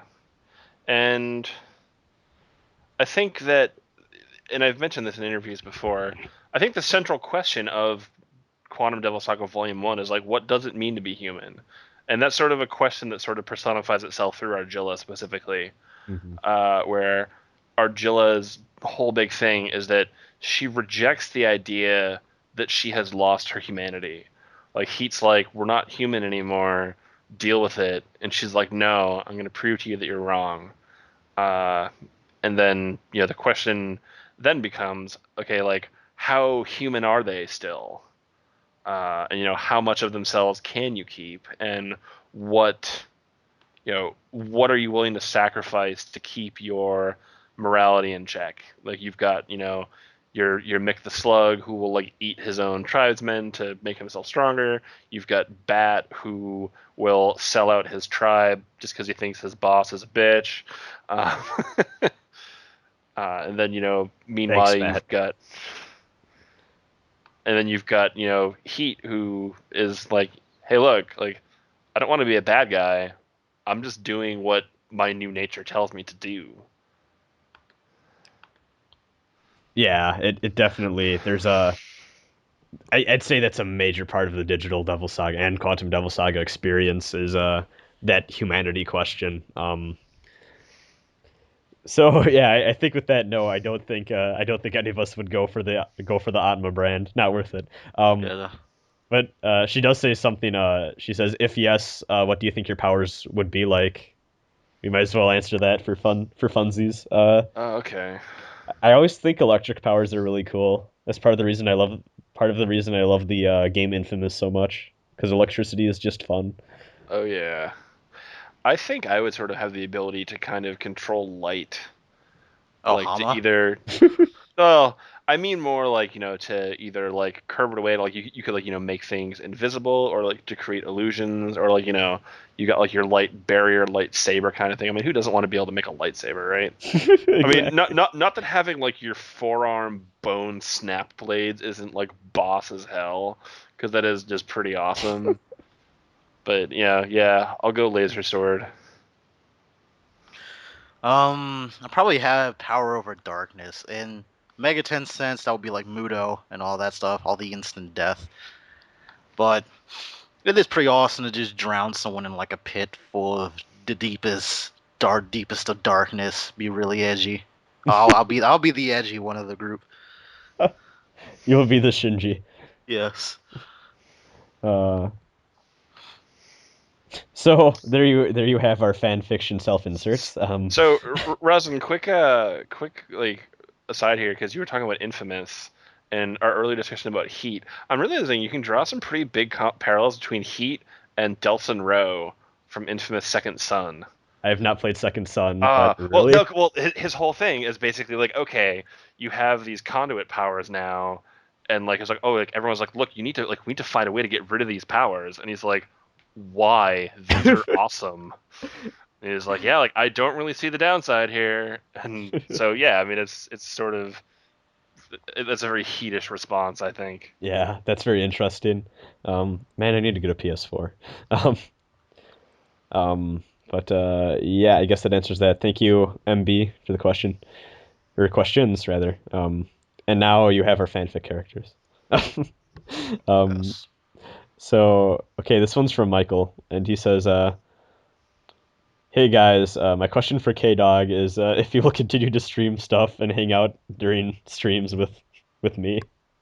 Um, If Rosin continues to like poke me when I'm home alone at night doing nothing, then sure. might be a little more hard now that I'm back in university and have like actual responsibilities other than just going to work in the morning. Might be harder, but yeah, we still need to stream Super Amazing Wagon Adventure at some Oh, point. we really do. At some point, we got to do Love that that during game. one of these free days that The game One is of either of these us have. days. Yeah. Um, then he says, "God bless," and that's it. So yeah, thanks, Michael. Um, we'll work stuff out. We'll figure it out. We'll get that Super Amazing Wagon Adventure going at some point. Um, Someday over the rainbow. um, so this one is from Chris, and he says, "Hi Kevin. Well, we kind of already answered this part, but he says, I'm wondering if you've played any SMT games since doing the translation of QDS. Yeah. Not yet, but I will. Yeah. So yeah, we covered that, but second part of the question is new, and it's what are your favorite non-SMT games? Ooh, that's a really good question. I'm a huge fan of the Mass Effect series. I know that it gets a bad rap, especially the third one, but I think that just the world building and the character like through stories in the Mass Effect trilogy are incredibly well done. No Uh, wonder you and Mel get along so well. oh, there we go. Yeah. No, I'm a huge Mass Effect fan. Let's see. What else? I mean, I go way back because I'm old. And few games hold the sort of place in my heart that like the original Metroid or the original Legend of Zelda do. Although the 16-bit versions of both of those games were amazing as well. um, Final Fantasy X is another very special game to me. I have a lot of I have a lot of very I think that the emotional core of that game is really strong as well. Yeah. Um, That makes the three of us, because Katsu Yeah. never stops talking about it, and I love that game too. Yeah. it Because is. I feel. I need to replay through the remaster. I know, I need to too. It's so pretty. Oh my god. They changed some of the songs around, and like the new battle theme sounds kind of but other than that, I didn't have a problem with it. Let's see. I think I made it to like Kilika, and I haven't like picked it up in a while. oh, The whole sending scene still looks just as gorgeous as it ever did. Oh my god. yes. It's like it's haunting. It is haunting. Yes, it is. But yeah, no, I mean like my gameplay tastes are like all over the map. I mean those are ones that stand out. Not necessarily saying that if I was like stranded on a desert island, I could only take like a certain number of games for me to ever play again for the rest of my life. That would be a harder question to ask. But, Let's see. I think that's about it then. all right. We got through all of the questions. Yay. Thanks everyone Alright. for sending in good questions, actually. There's a lot of really good ones in there. Yeah. Good talk, y'all. Good talk. Yes, there we go. I think that about covers it. Holy shit, we've been going for a while now. Yeah, almost we've been 3 going for hours. 3.5. Oh, dear 3.5 hours. I'm gonna have fun so much editing. fun editing this. Oh yeah, I'm sure. All right, I will try to get this up as fast as possible. But thank you, wanna- Kevin, for coming back on. Always Yeah, a pleasure. thanks. All right, I think that calls it a night. So bye Yeah, everyone. I'll let Katsu go to bed. Yeah. I want to go catch some Z's. All right. Night everyone.